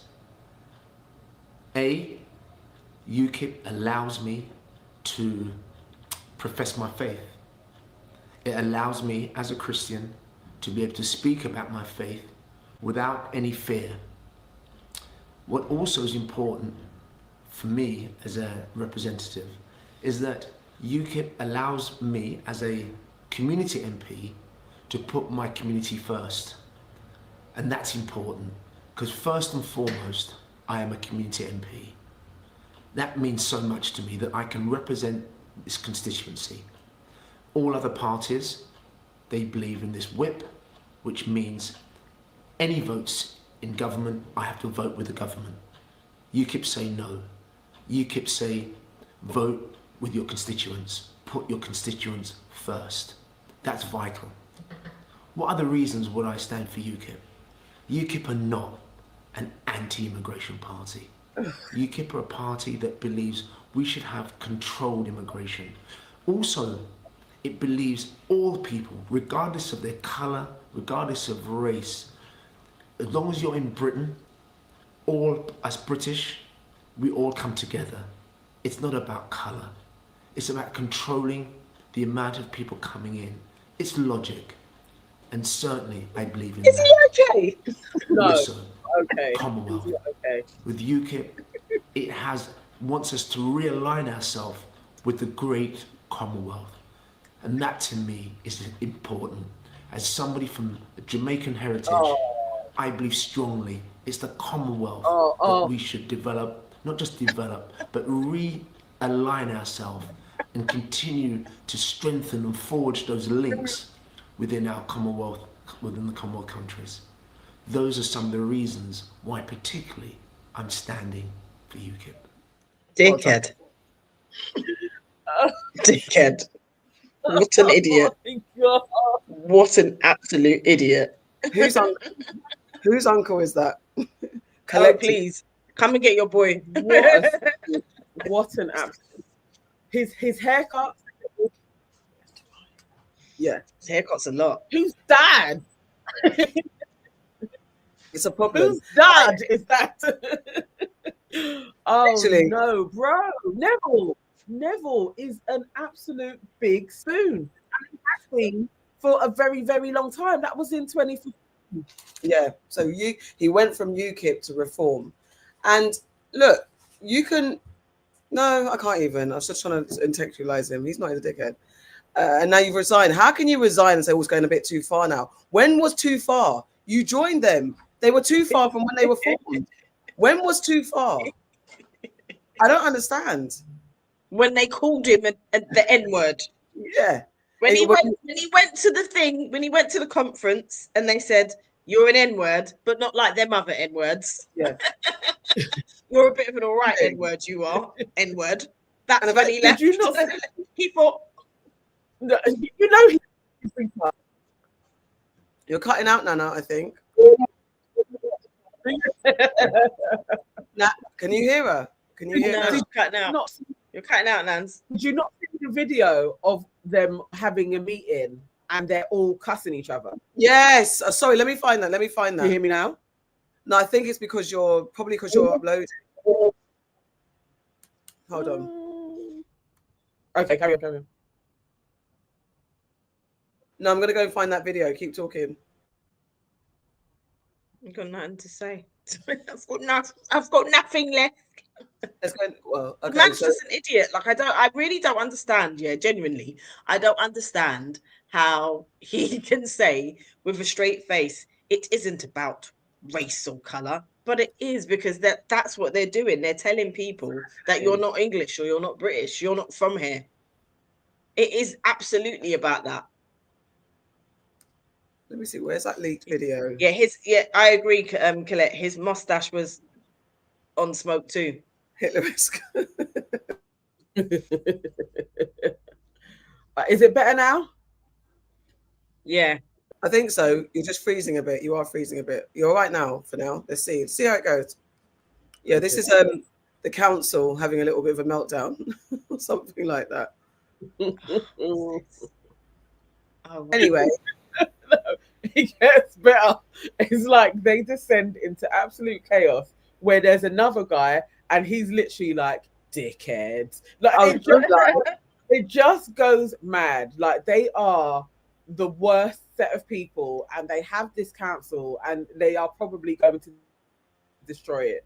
Like, the reform would be a threat if they could get their shit together, but they can't.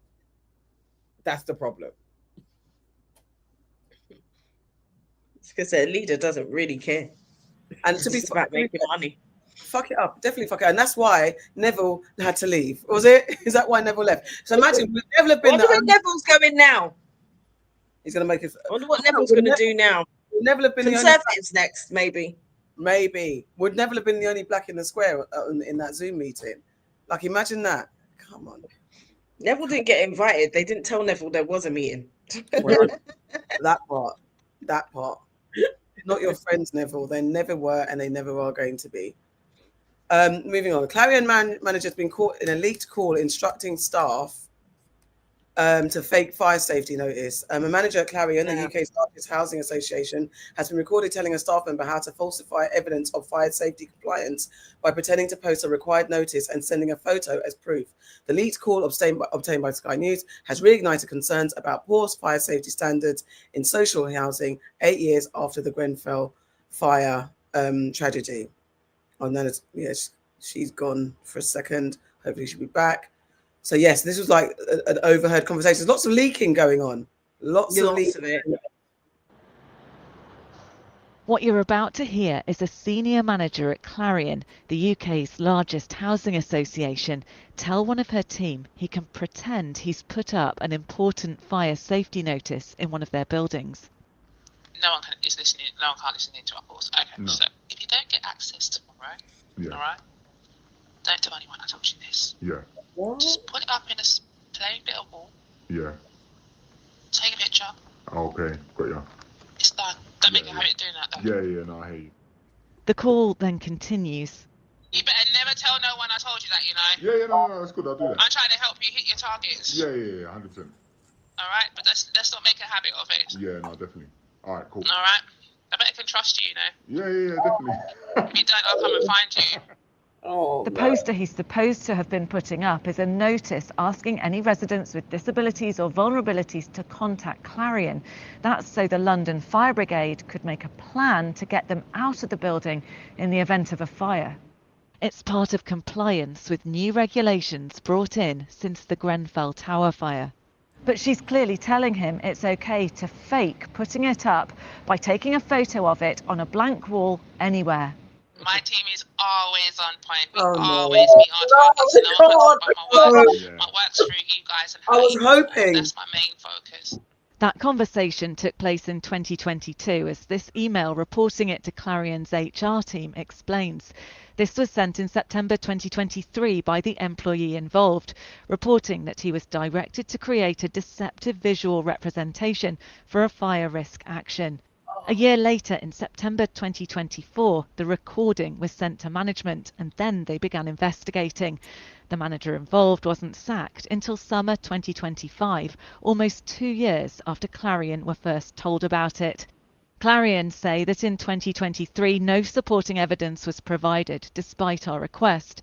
When an audio recording was shared with us, we immediately launched a full investigation, which led to the dismissal of a staff member.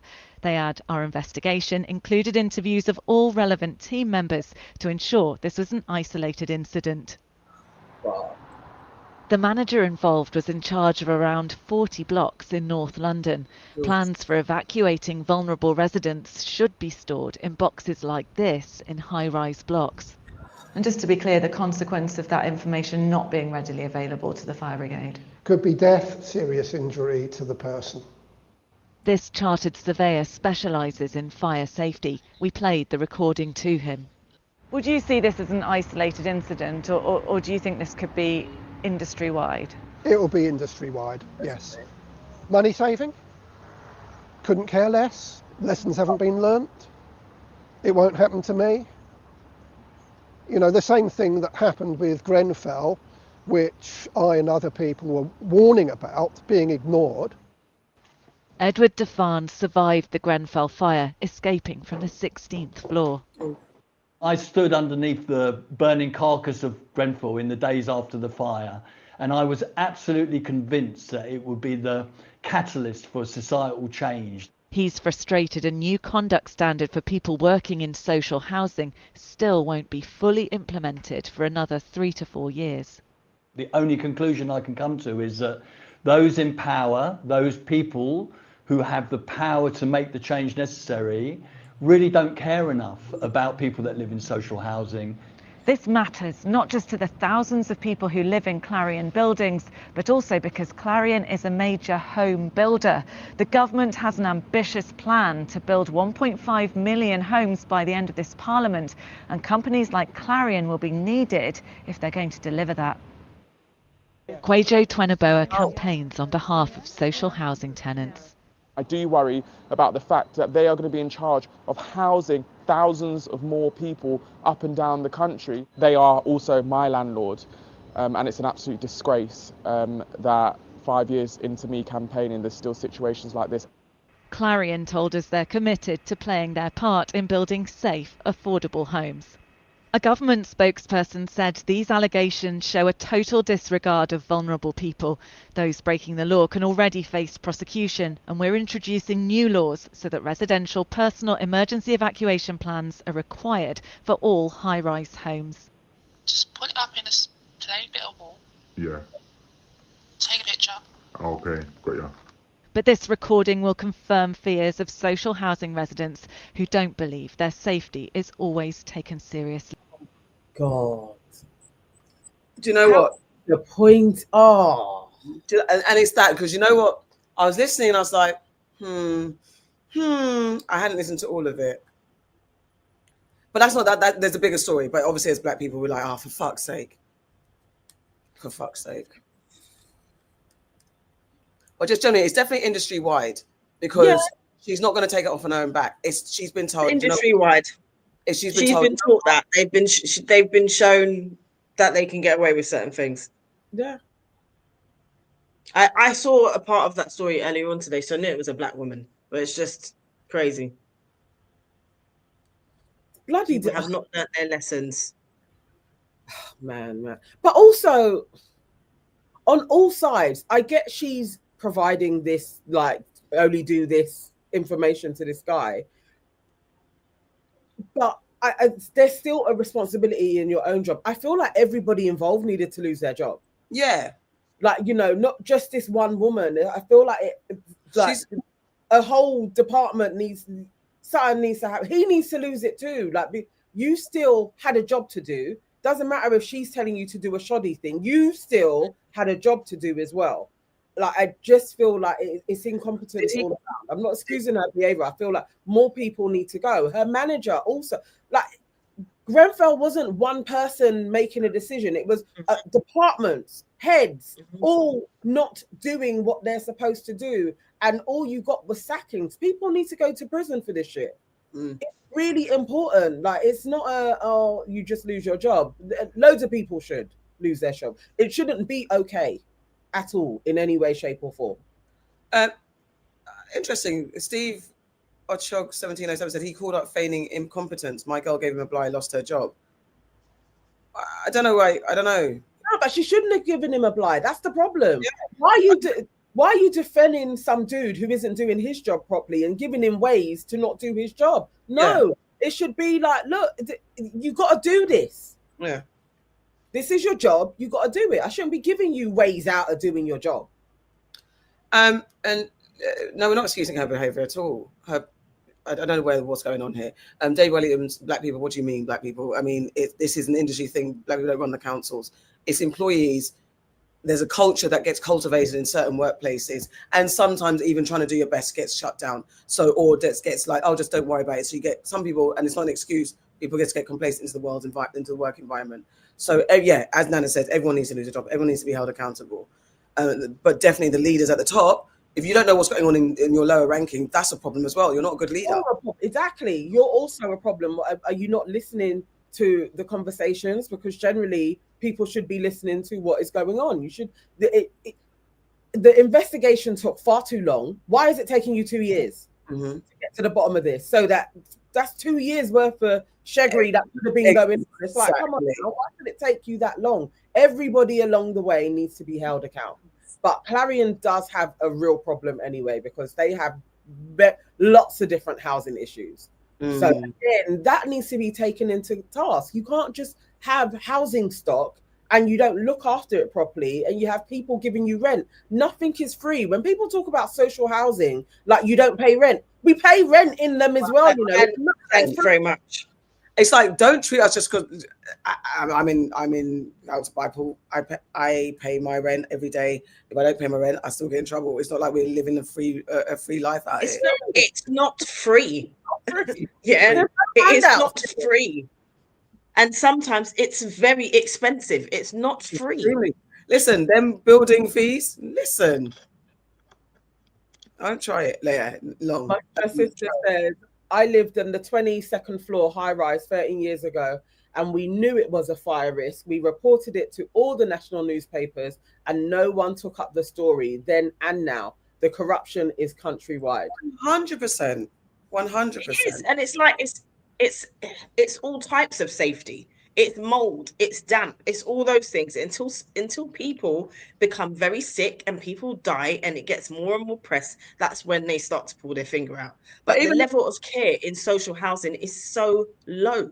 Yes. So Kojo's done a lot of series on exposing councils, and some of the places that he's filmed and shown that families are living in is beyond, and it's like your council run. It's not even like a shoddy landlord. These are council run properties that have got children and families living in absolute squalor, not because they're filthy people, but because you guys cannot be bothered. Like I said, the deterioration, I've been in council housing for 25 years. From when I moved in 2000 to today, the decline in services is crazy, that to the point where like you come in and you use cheap materials. Why that I'm calling back in a week later, because the cheap materials you bought are broken. Why not use your common sense and invest in proper materials? You don't have to get called out every damn day. And then when you're called, you're getting called out because they don't care. Because the other thing is they don't have when we got our flats or whatever it is back in the day, I remember when I first moved into I've always been housing an association, not council, but it's same. But I remember there were caretakers who lived on site, who would come, who would fix things in your house. Yeah, that's what happened in those days. Now they don't care. They subcontract every single thing, and the people that they're subcontracting it to don't actually give a shit. And if they come to your house and there's one thing that's outside of the line that they were told to fix, they're not fixing it. Yeah, 100%. And then you have to go down the list again and wait for them to come and do something. You literally have to be on your housing's nuts for them to do anything. They rely on you actually losing the will to even contact them. Yeah. Because they don't give a shit. They just want you to pay what they do. They just want you to pay your rent and that's it. Try not paying your rent.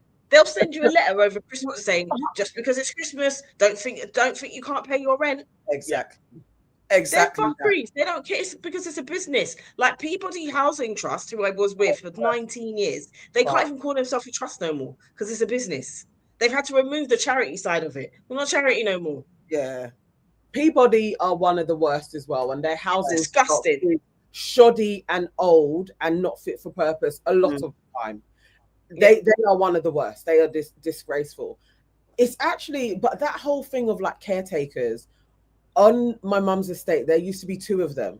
Those houses got sold off quick time. There are no caretakers that live on the estate anymore. It literally is just workers, and it's that because you don't live on the estate, you come, you sweep up anyhow, and then you go and bug off to wherever you live. But the caretakers cared because that was their road. Exactly. One of us could go and knock on the door and be like, "Oh, something's built here." Like you removed all of that, and anything got cheaper. No, rent it's got more expensive every single year. And the thing is, and service charges. It's got more expensive. My grandfather, my great uncle, he was a caretaker, and it's like you said, the care that he took of the place that he looked after. Because you're there, it's your home. That's the thing. And I as you said, Kate, I forgot about when I first moved here. We had a caretaker. Here. We had caretakers. We had multiple cleaners for every block. It's a sprawling block. It's crazy. I see one man every morning. One man once a week now. Before you'd see them every morning, gone down to once a week. Maybe now once a month. But who knows? Who the hell knows? And it would make. It's just logic. It's like, why would you? It's logical. What's the cost of having one of the houses within the block being lived in by a caretaker? Remember when in Insecure, when Issa Rae became the caretaker of the block, she managed to get free housing, but she's making clear that the block caretakers used to have. That is what it's supposed to be. That is what would make the block. This saves you money. I would think. Well, it no, saves because money. what it is you want social housing to become rundown. Yeah, so that it can be like it's unfit for purpose, and then the gentrifiers can come in and be like, we can take over this, guys, and then they move you all out to somewhere else. That becomes condemned, and then they start building their houses, which has the Russian and Chinese oligarchs just buying it all up, and all of the billionaires. But this is what they do, and then you have us sideways fighting with people over flipping immigration, talking about, oh, look at my area, it's all run down, and it's like, this is by design. They are purposefully not putting the money into where we are living, and then you want to blame a Polish person when they're just bopping down the street and being like, you've taken all the jobs in our housing. It's like, guys, it's not that. They condemn buildings all the time, and then before you know it, Barclays Homes has taken over, repurposed it, and they're selling it to people. They do this everywhere, and this is what they are doing. From when Maggie Thatcher came in and was allowing social housing to be sold, and people thought, oh, this is a great thing so that we can now be middle class. That's not, they have you there for a moment in time, and then they'll sweep the middle class off, and all of us are just going to be paupers and rich folk. That's it. Paupers or you're rich. There'll be no middle class. It's like people don't be gassed because they allowed you to buy a council house. It should never have been that way. You need social housing for people. It's actually thoroughly important. With social housing, though, there's no point in having social housing if you're not putting back into it. Exactly. You have to put back into it. You have to maintain it, and you have to build new properties. Yes. And they're just not doing that. Do you mean to be gone, Farrah? No, my camera's gone. Oh. No, exactly that. It's like, and it doesn't make any sense. Anyway, well, you said it all. Like, why run down the building? People are, and especially those who are paying rent. I'm not even to say, even if you're on benefits, it shouldn't be that you're just because you're on benefits, you're treated like shit either. Yeah. But those of us who are paying full rent. Everyone pays something. Everyone is paying full rent, full services. Let me see the fruits of my damn labor. Let me see the fruits of my bills, please. I beg, because there's so many things. The times I've been, because I've been a young mum student where I was getting government support until I finished studying, and then I went into employment after I graduated from uni. The journey of even being available to call them and the difference, and just seeing how you get treated along the way, it is crazy, the decline. It's crazy that I'm now sounding like my parents or the elders are saying, oh my God, back in my day. Literally, I can actually physically say, back in my day, 25 years ago in this flat, I could call and they'd come. And even then it wasn't perfect service, but you get better service. But that isn't even that long ago. That's why it's like you guys have done this shit to us. Like you've set this all up so perfectly. You have slowly chipped away at all of our services, even where you can't even get a flipping doctor anymore. And then you have people turning to the left instead of looking up and being like, it's because of you. It's because of you are here as an immigrant. You're taking my services. And it's like, dude, if they weren't here, you still wouldn't have any services. Exactly. Like they eroding it all the time. Like literally, this is how it goes. It's not overpopulation. It is underspending. That's why Priti Patel can spend 77k on flipping getting her eyelashes done. That's why they do that. MPs don't have no curbs on their spending. Like it's just so frustrating. It pisses me off royally. And hello, Victory. And also hello, Bardi Gang is in the house as well. Hey, Bardi. Hey, Audrey. Let's get. I was going to go to something else, but let's get more intense before I get a bit more serious. So, thousands of staff of NHS, bloody hell, thousands. NHS staff have been fined for parking at work, data reveals. New data obtained by Channel 4 Fact Check shows that more than 25,000 NHS staff were issued car parking fines in just 17 hospital trusts in England last year, with over 200 NHS trusts nationwide. The true figure is likely far higher. Nurses and hospital workers have described being fined hundreds of pounds while struggling to find parking spaces, sparking anger over what unions called shocking exploitation of frontline staff. Let me get it up. I mean, I despair of people who work. Parking's a con anyway. 100%. How can you're visiting someone and you're being charged extortionately? What the hell? They had rounded it up to about £15,000 that they say I owed the hospital. £15,000? Yes. Can you afford to pay that? Definitely not. This is Shakiba Robinson. She's a cancer care coordinator. With 4 young kids, she drives to get her children to school and herself to work. But parking at the hospital has become a nightmare. Shakiba couldn't afford the £600 a year parking permit, so she tried to park near hospital bins in undesignated spaces. I'm out of the way. I'm not obstructing anyone. I'm actually not even in a parking space that permit holders would pay for. But even that didn't work as she was confronted by parking management. He jumped out and, aggressively showed me he's got a camera and he wants to record me giving my identification. How much did your parking fines come to in the end? It was around 197 tickets. We exclusively found that over 25,000 parking fines have been given to NHS staff for around 17 NHS trusts. And we know that there are thousands more. We contacted every single NHS trust with a car park in England. Some of them said that they don't separate between staff and visitors, but we saw the totals, so we know that there were loads there.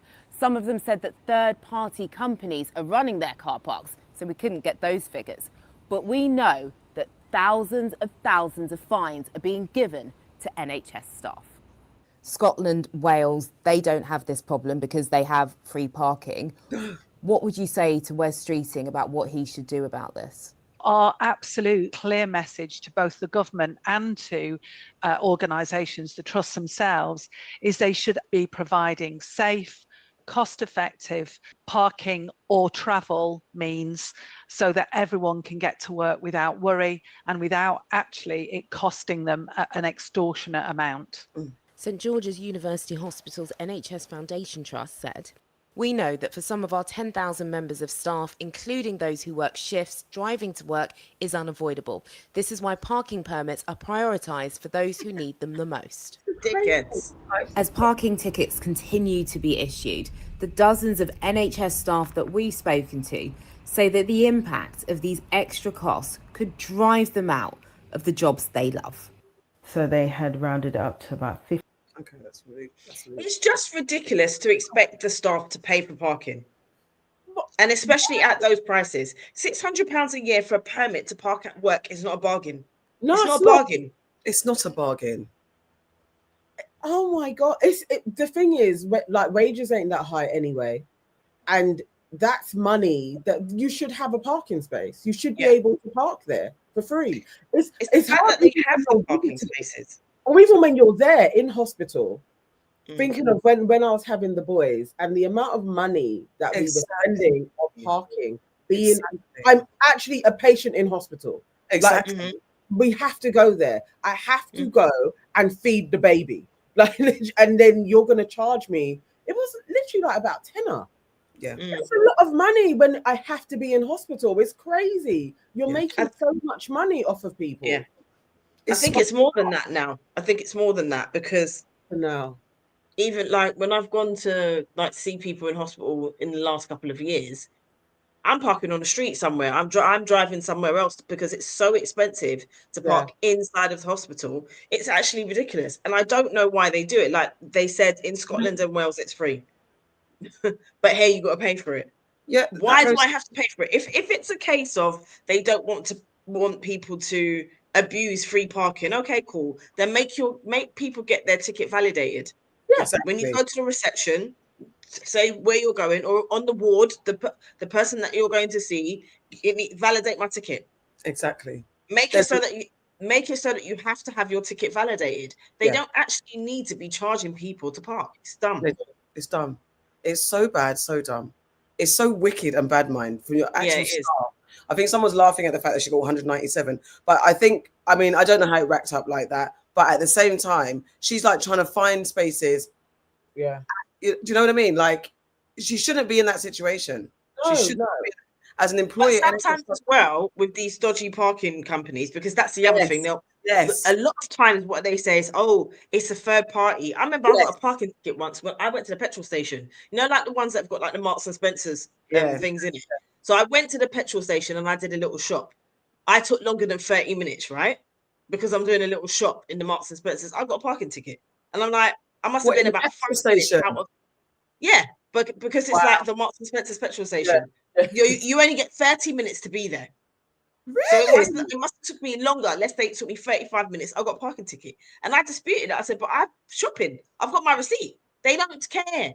So that's what they always say. It's the third party people. There's nothing that we can do. That's what Marks and Spencer's basically told me. There's nothing we can do because we hire these people to do the car parking. And then people don't care. But with them dodgy little things as well, sometimes it takes them a while to send you all your tickets. If you get tickets. So it's not like you're getting them straight away. So she could have got, 197 is a lot to get, but she could have got 50 in one go because she didn't know. She's parking every day to go to work. And then she's got tickets just come to her. Before you know it, she's got a load. She's thinking she's doing all right because she's not getting a ticket on her car. She's getting a letter sent to her yard. Yeah. There's so many things. It's wild. And it's that third party thing that was like, I'm pissed off. Why do you even need a third party regulating that anyway? Like, get out of here. That's why they can't clamp you anymore because it's illegal.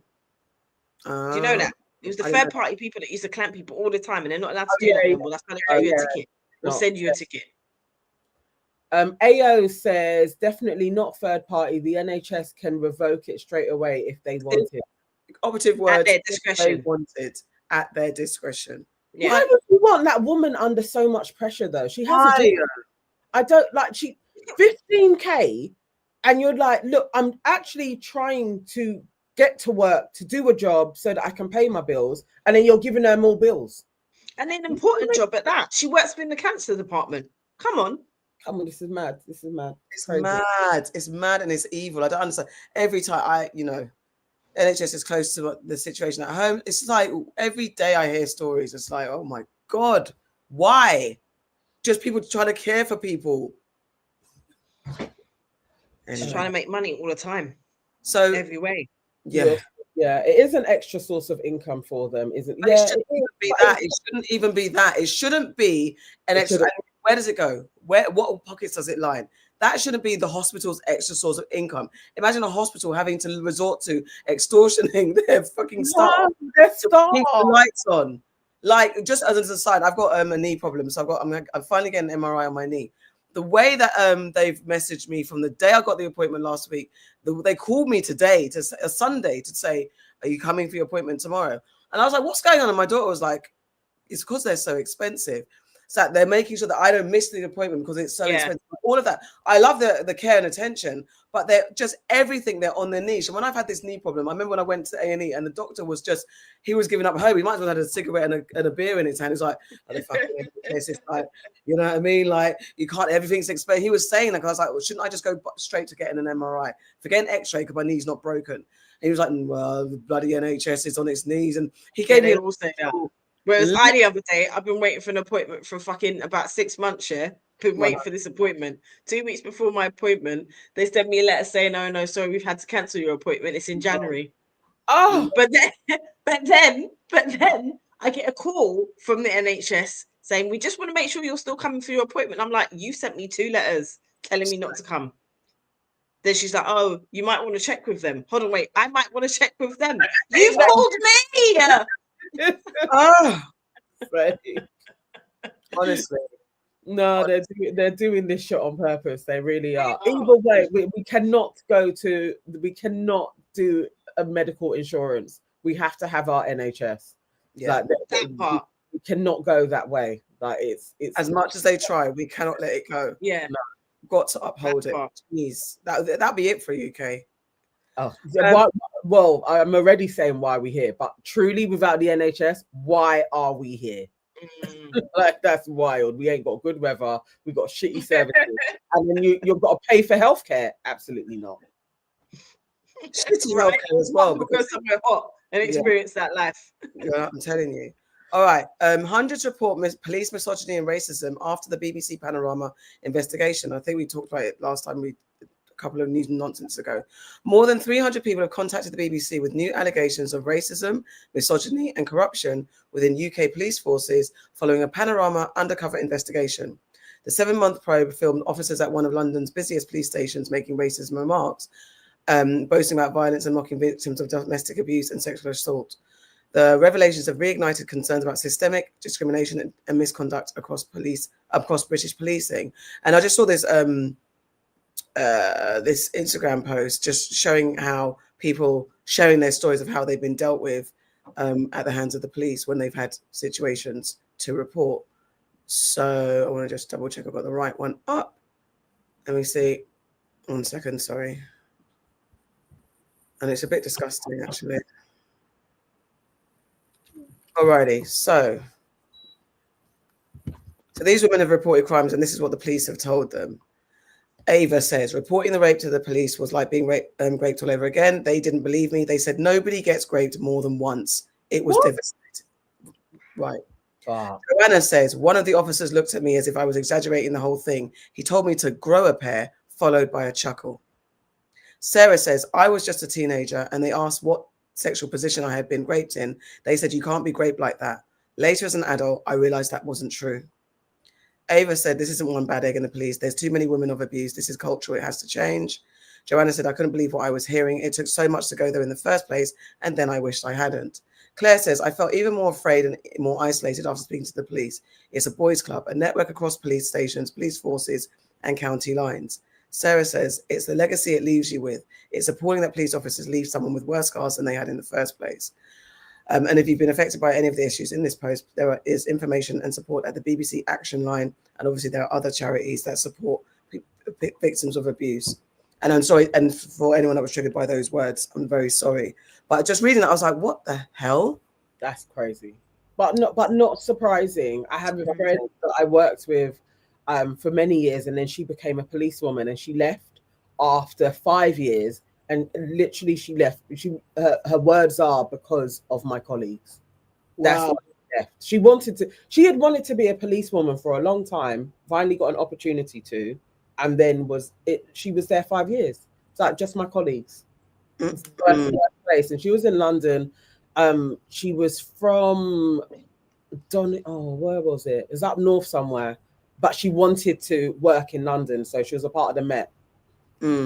Hell. She hasn't actually properly been the same, to be fair. Like, she was off for stress for a little while, but within a 5-year span. So I don't even know what she saw properly. Yeah. But it was hell. Yeah. And definitely as a lesbian woman as well. She was like that. Yeah. So it was hell. Yeah. I was just appalled. And as much as there's a bit of an old boys club, you just don't think, even in that, to a young girl, to tell her that you cannot be attacked in that position. For her to grow up and like, imagine an adult telling a young girl who's been through that can't happen in that way. So you go away. Raped more than once. That's crazy. But I believe it. We heard the guy though in the panorama thing. It's not that we needed that evidence. Talk, but you heard the bigotry that was just flagrantly coming out of people's mouths. I don't know how you change it because it's institutionalized, and I think not to dwell on it because we did speak about it before in the previous News and Nonsense, that is how they're recruiting, because especially when there was that moment, or there's ever so often there's that moment where they're lacking enough resources, enough staff or personnel, so they cast the net far and wide. But training in every situation has gone down. So I'm sure the training at Hendon Police Training Camp. Yeah. What was only? How much are you going to teach them in 6 weeks? Yeah, exactly. Doesn't make sense. You should have. I don't even know how you do it, because obviously I know you need to fill in the gaps and keep it going. You need a police force to be active and thriving. But how do you train someone or have them unlearn the unconscious bias training? I don't think there's enough levels of it. I don't know how long you have to do it. Is it every 2 weeks you got to go on unconscious bias training? But how does that change your mindset? I don't get it. I don't understand how you can have, even why is this officer telling this girl this as well? Like, why is the man there? Like, all these things. And not to say that there isn't misogynistic women police officers as well, and racist and all that stuff. But why is this girl in a situation with a man telling her that? Or another woman saying grow a pair? Because obviously she was younger as well. I think it's only recent that they've changed that system of actually you're going to deal with a female officer when there is a sexual assault. Before it wasn't like that. You'd just be reporting it to whoever the sergeant is. And that would be it. My sister has written, Nana, do you remember the black policewoman who would always come by and buy crystals to protect herself from her colleagues? Wow. And she would come into our shop all the time to de-stress. I hate it there, like literally. And she'd been a policewoman for a very long time. Oh wow! Buying crystals to put in her bra to protect her energy. Yes. Wow. Yes. Wow. Look at that. I mean, like, being black, I know one black policewoman, and she was on the force for years, and she was a real policewoman, like just the way she was. Like, she had that thing about her, but she went through some stuff. I think it was about trying to move up in the ranks, and she went through some stuff. But she never really spoke about whether there was racism and stuff like that. I could never have to deal with in-house boys' jokes from outside of my people. And then, do you know what would be worse? If I saw my people trying to keep up with the Joneses, like there's always people that be like, you know what, we're just one of the that as well. That would kill me. If I saw that we was watching Calvin. Neville Watson. Don't forget his name. Like a Neville Watson. Bunch of Nevilles. Absolutely not. That would kill me. That would kill me. All right, moving on. So the Meta, I just sort of stumbled on this. Meta is under fire for using photos of schoolgirls in ads targeting men. So Meta has been accused of using back-to-school photos of girls as young as 13 to promote its Thread app to adult men on Instagram.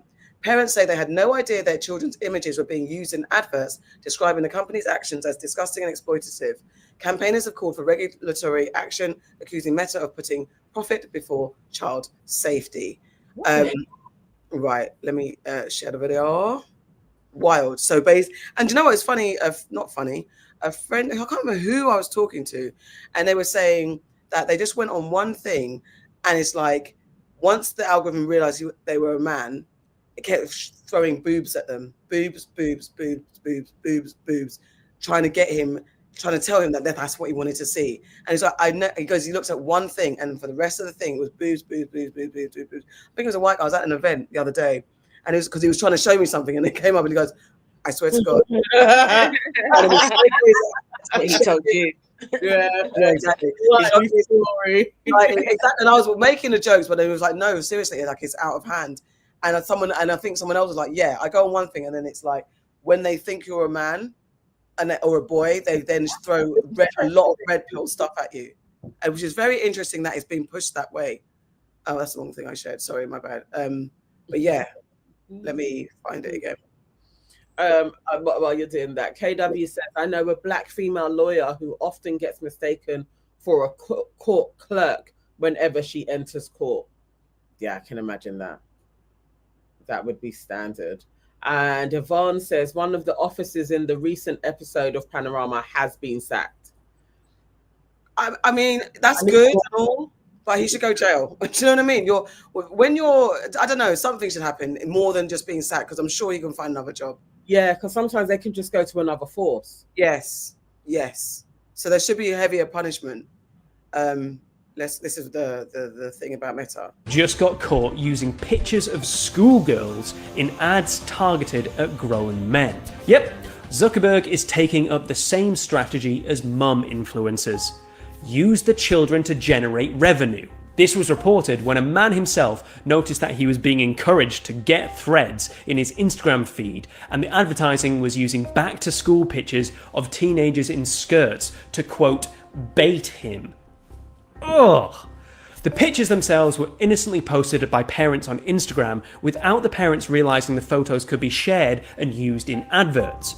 So yeah, just a reminder, pretty much everything on Instagram and Facebook is opt-out, not opt-in. By default, you're sharing all your data with them, and they can use it in adverts. It's designed this way to exploit you.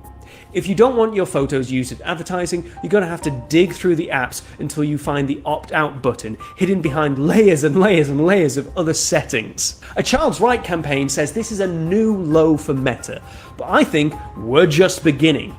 With Meta rolling out its new smart glasses, how long before literally everything a user looks at will be used as advertising? Legit, anything. You look at your family, your friends, your newborn daughter. It can all be content when seen through Meta's lens. Yeah. Wow. Yeah. I'm sure I remember that whole when you post things and opting out, but I will go through my things again just to check that I have got opt out. I think I did do. Yeah, me too. A few years ago when it was going around that you have to opt out because but I didn't know why they were using images, but I didn't know they would use it in an ad. Yeah. Like a normal user like that's great. No. Imagine just scrolling and you see your child or something, you know what I mean? Something that you posted. Oh my God.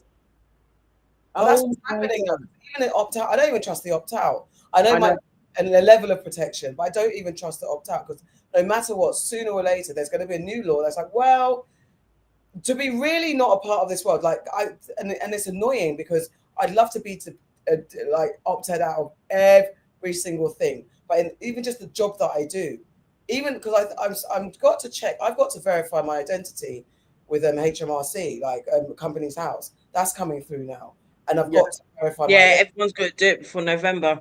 Yes. Yeah. Verify identity. That feels dodgy to me. Me too. That's why I've been putting it off. New level of you guys up to why? Because you have my identity anyway. So why do I need to send you stuff again? Exactly. Yeah. Literally have it. They're trying to make out like they're making it's a simpler process, isn't it? Like for us to do it. No, like you said, you got my details. Why do you need them this way? With the ID cards that are being enforced, and they're going to target business owners and babies. Obviously, it's the newborns that this is it now. Your child is chipped or whatever they're going to do. And then if you've got a business, especially if you're an entrepreneur, the hell, if you want to continue trading, you've got to get your ID. It's going to be a wrap for those of us who rebelled against certain things. It's just not going to happen. They're going to find different ways. Okay, you didn't want to get the vaccine, we'll get you on this. You don't want to get this, you don't want to be an entrepreneur, you don't want to do this, we'll get you on something else. You want to buy a car, you got to get ID. You want to do this, you get a chip. It's just the way they'll find it. No matter if you're a true rebel, you've got to be like Ghanaian Scotland in the village, in the jungle in Scotland. You've got to be that. But they even got them. They even got them. Not the kingdom of Kabbalah. Yeah. Not even the kingdom could survive. Not even the kingdom. But you've got to go off the grid. It's impossible. It's not fair. I can't just enjoy and indulge in a few bits of entertainment and stuff, because then I've got to sign my life away. Yeah, is what they're trying to do. But that is how they'll get us there. It will be the business thing. It'll be the business angle, definitely. It will be when you're trying to buy something and you just can't. So you just succumb, and then you're going to get the ID card, And then before you know it, it's like, yeah, now you've got to get chipped. You've got to get chipped to be able to travel anywhere. They'll do all of this shit to us. I've got a great black book. I can't remember who the author is. There's somewhere and I'll find it about that. It's a good book. I can't remember who wrote it, about, you know, having the chip and how it becomes like all, you know, normal. Then you've got people that don't want to be chipped. And again, like the COVID vaccine, how you become a pariah, how they're like, oh my God, you're not chipped. Oh my God, you're not chipped. And then, oh my God, you're not chipped. All of that stuff. It's an option. You don't have to, but then you're ostracized because you don't get the chip. Yeah. Yes, basically. Exactly that. My sister is asking what our exit plan is. At this moment, is to survive, dude. Can't share it online. I'll talk to you when I get to where you are. Or you need to have the telepathy links that we keep on saying. Us black folk need to just talk to each other telepathically. When you have plans, they come and thwart them. Yeah, you can't talk about it. We'll have a cup of chai when I get to December. All right, it says I'll be there. We'll chat and chop it up and figure it out. Because that's the plan. It is anyway. Time for some nonsense, because it's like, yes, Will, wherever you are, I'm on the time watch. It's 25 to 11. Is Will in the chat? Will, you heard it. Yes, he already said it earlier on in the messages that I would be on time watch. Gotta go. I just saw a stupid story. This is very stupid. To avoid tax, someone had a fake snail farm. I'm like, what the hell is that? How and why? Well, who thinks of that? Tell me more. Hold on one second. What's the plan? How do we do it? How do you do this? Hold on 1 second. So look. Avoidance scam has been uncovered by officers at Westminster City Council. Council teams found so-called snail farms operating out of office buildings in the West End, including Old Marylebone Road. Boxes supposedly containing snails were discovered inside the offices, part of a scheme to falsely claim business rate exemptions intended for agricultural or fish farm properties. These were empty offices with a small number of sealed boxes. The council has already wound up 4 shell companies linked to the scam and is taking legal action against 2 more. Council leader, Councillor Adam Hogg, called the scheme ludicrous, adding that Westminster will continue to take action against anyone trying to cheat the taxpayer. A tax avoidance scam has been uncovered by officers at Westminster. I don't understand how you avoid tax from having snail. I just don't get it. That's so because you can claim agriculture rather than you know, business rates or whatever it is. Okay. That's probably what it is. And the extreme of putting all the snails in there, like it's a lot. It's a lot. That is that, but you know what? Honestly, though, rates are crazy, and that's why the high street is dying anyway. And there's so many. Empty we keep talking about it. Is crazy. So it is. I don't understand how they were working around it, but I also you know, unless like maybe they had like a whole block, and then in one floor they had the snail farm, and then in the other floors they were renting them out normally. It's crazy. I don't understand what the point is having like snail farm in the whole building. It is like the American sweet shop, but this is snails though. Let me have an American sweet shop and charge £50 for a packet of crisps. You're going to lay out all those trays of snails, and then you get caught and done. And all those, where does that? When he said it's a shell company, I was like, haha. It's also the fact that they're like, the council was saying, yeah, we won't allow them to cheat the taxes. What, like your councillors? Exactly. Exactly. They're cheating taxes.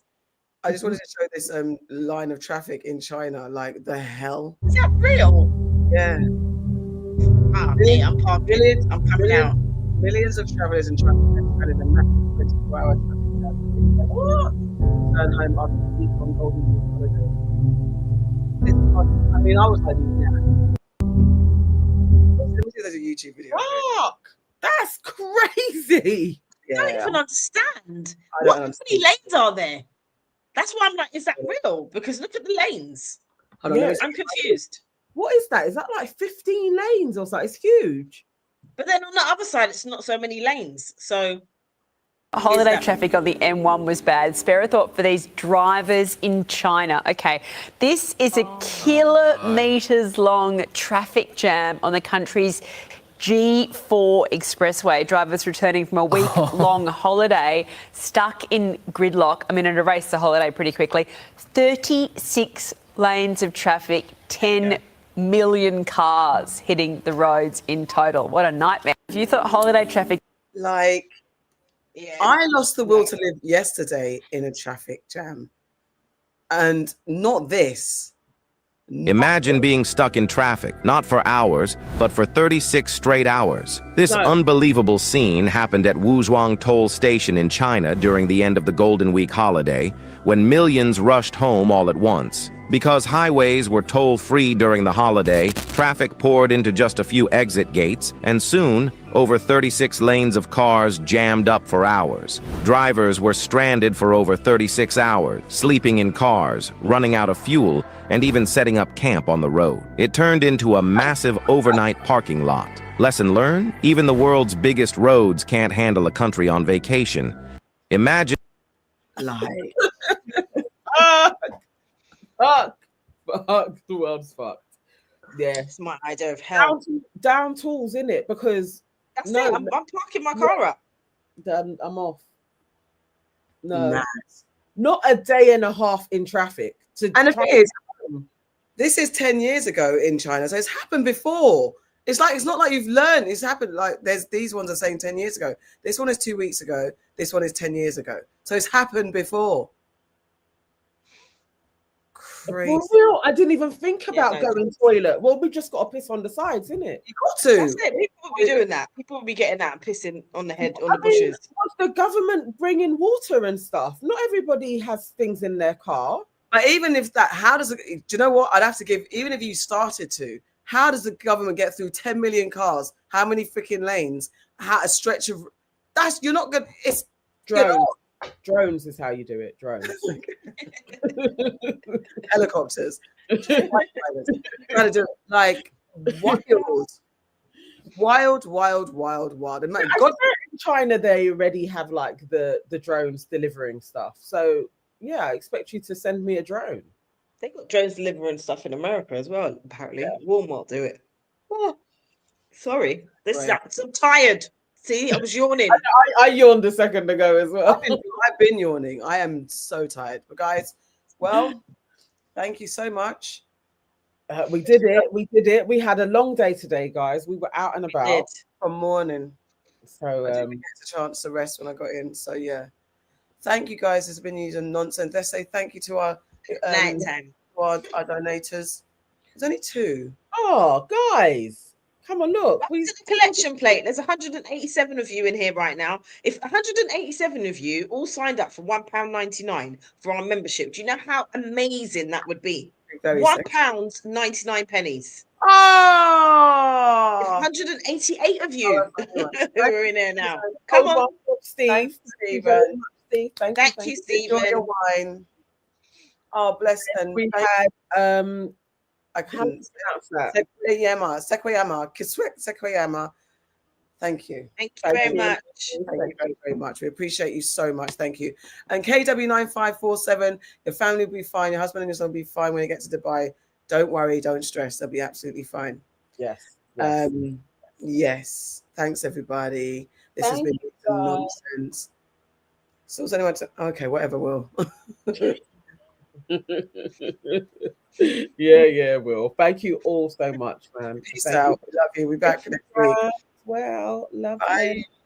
Good night, wherever you are. Bye.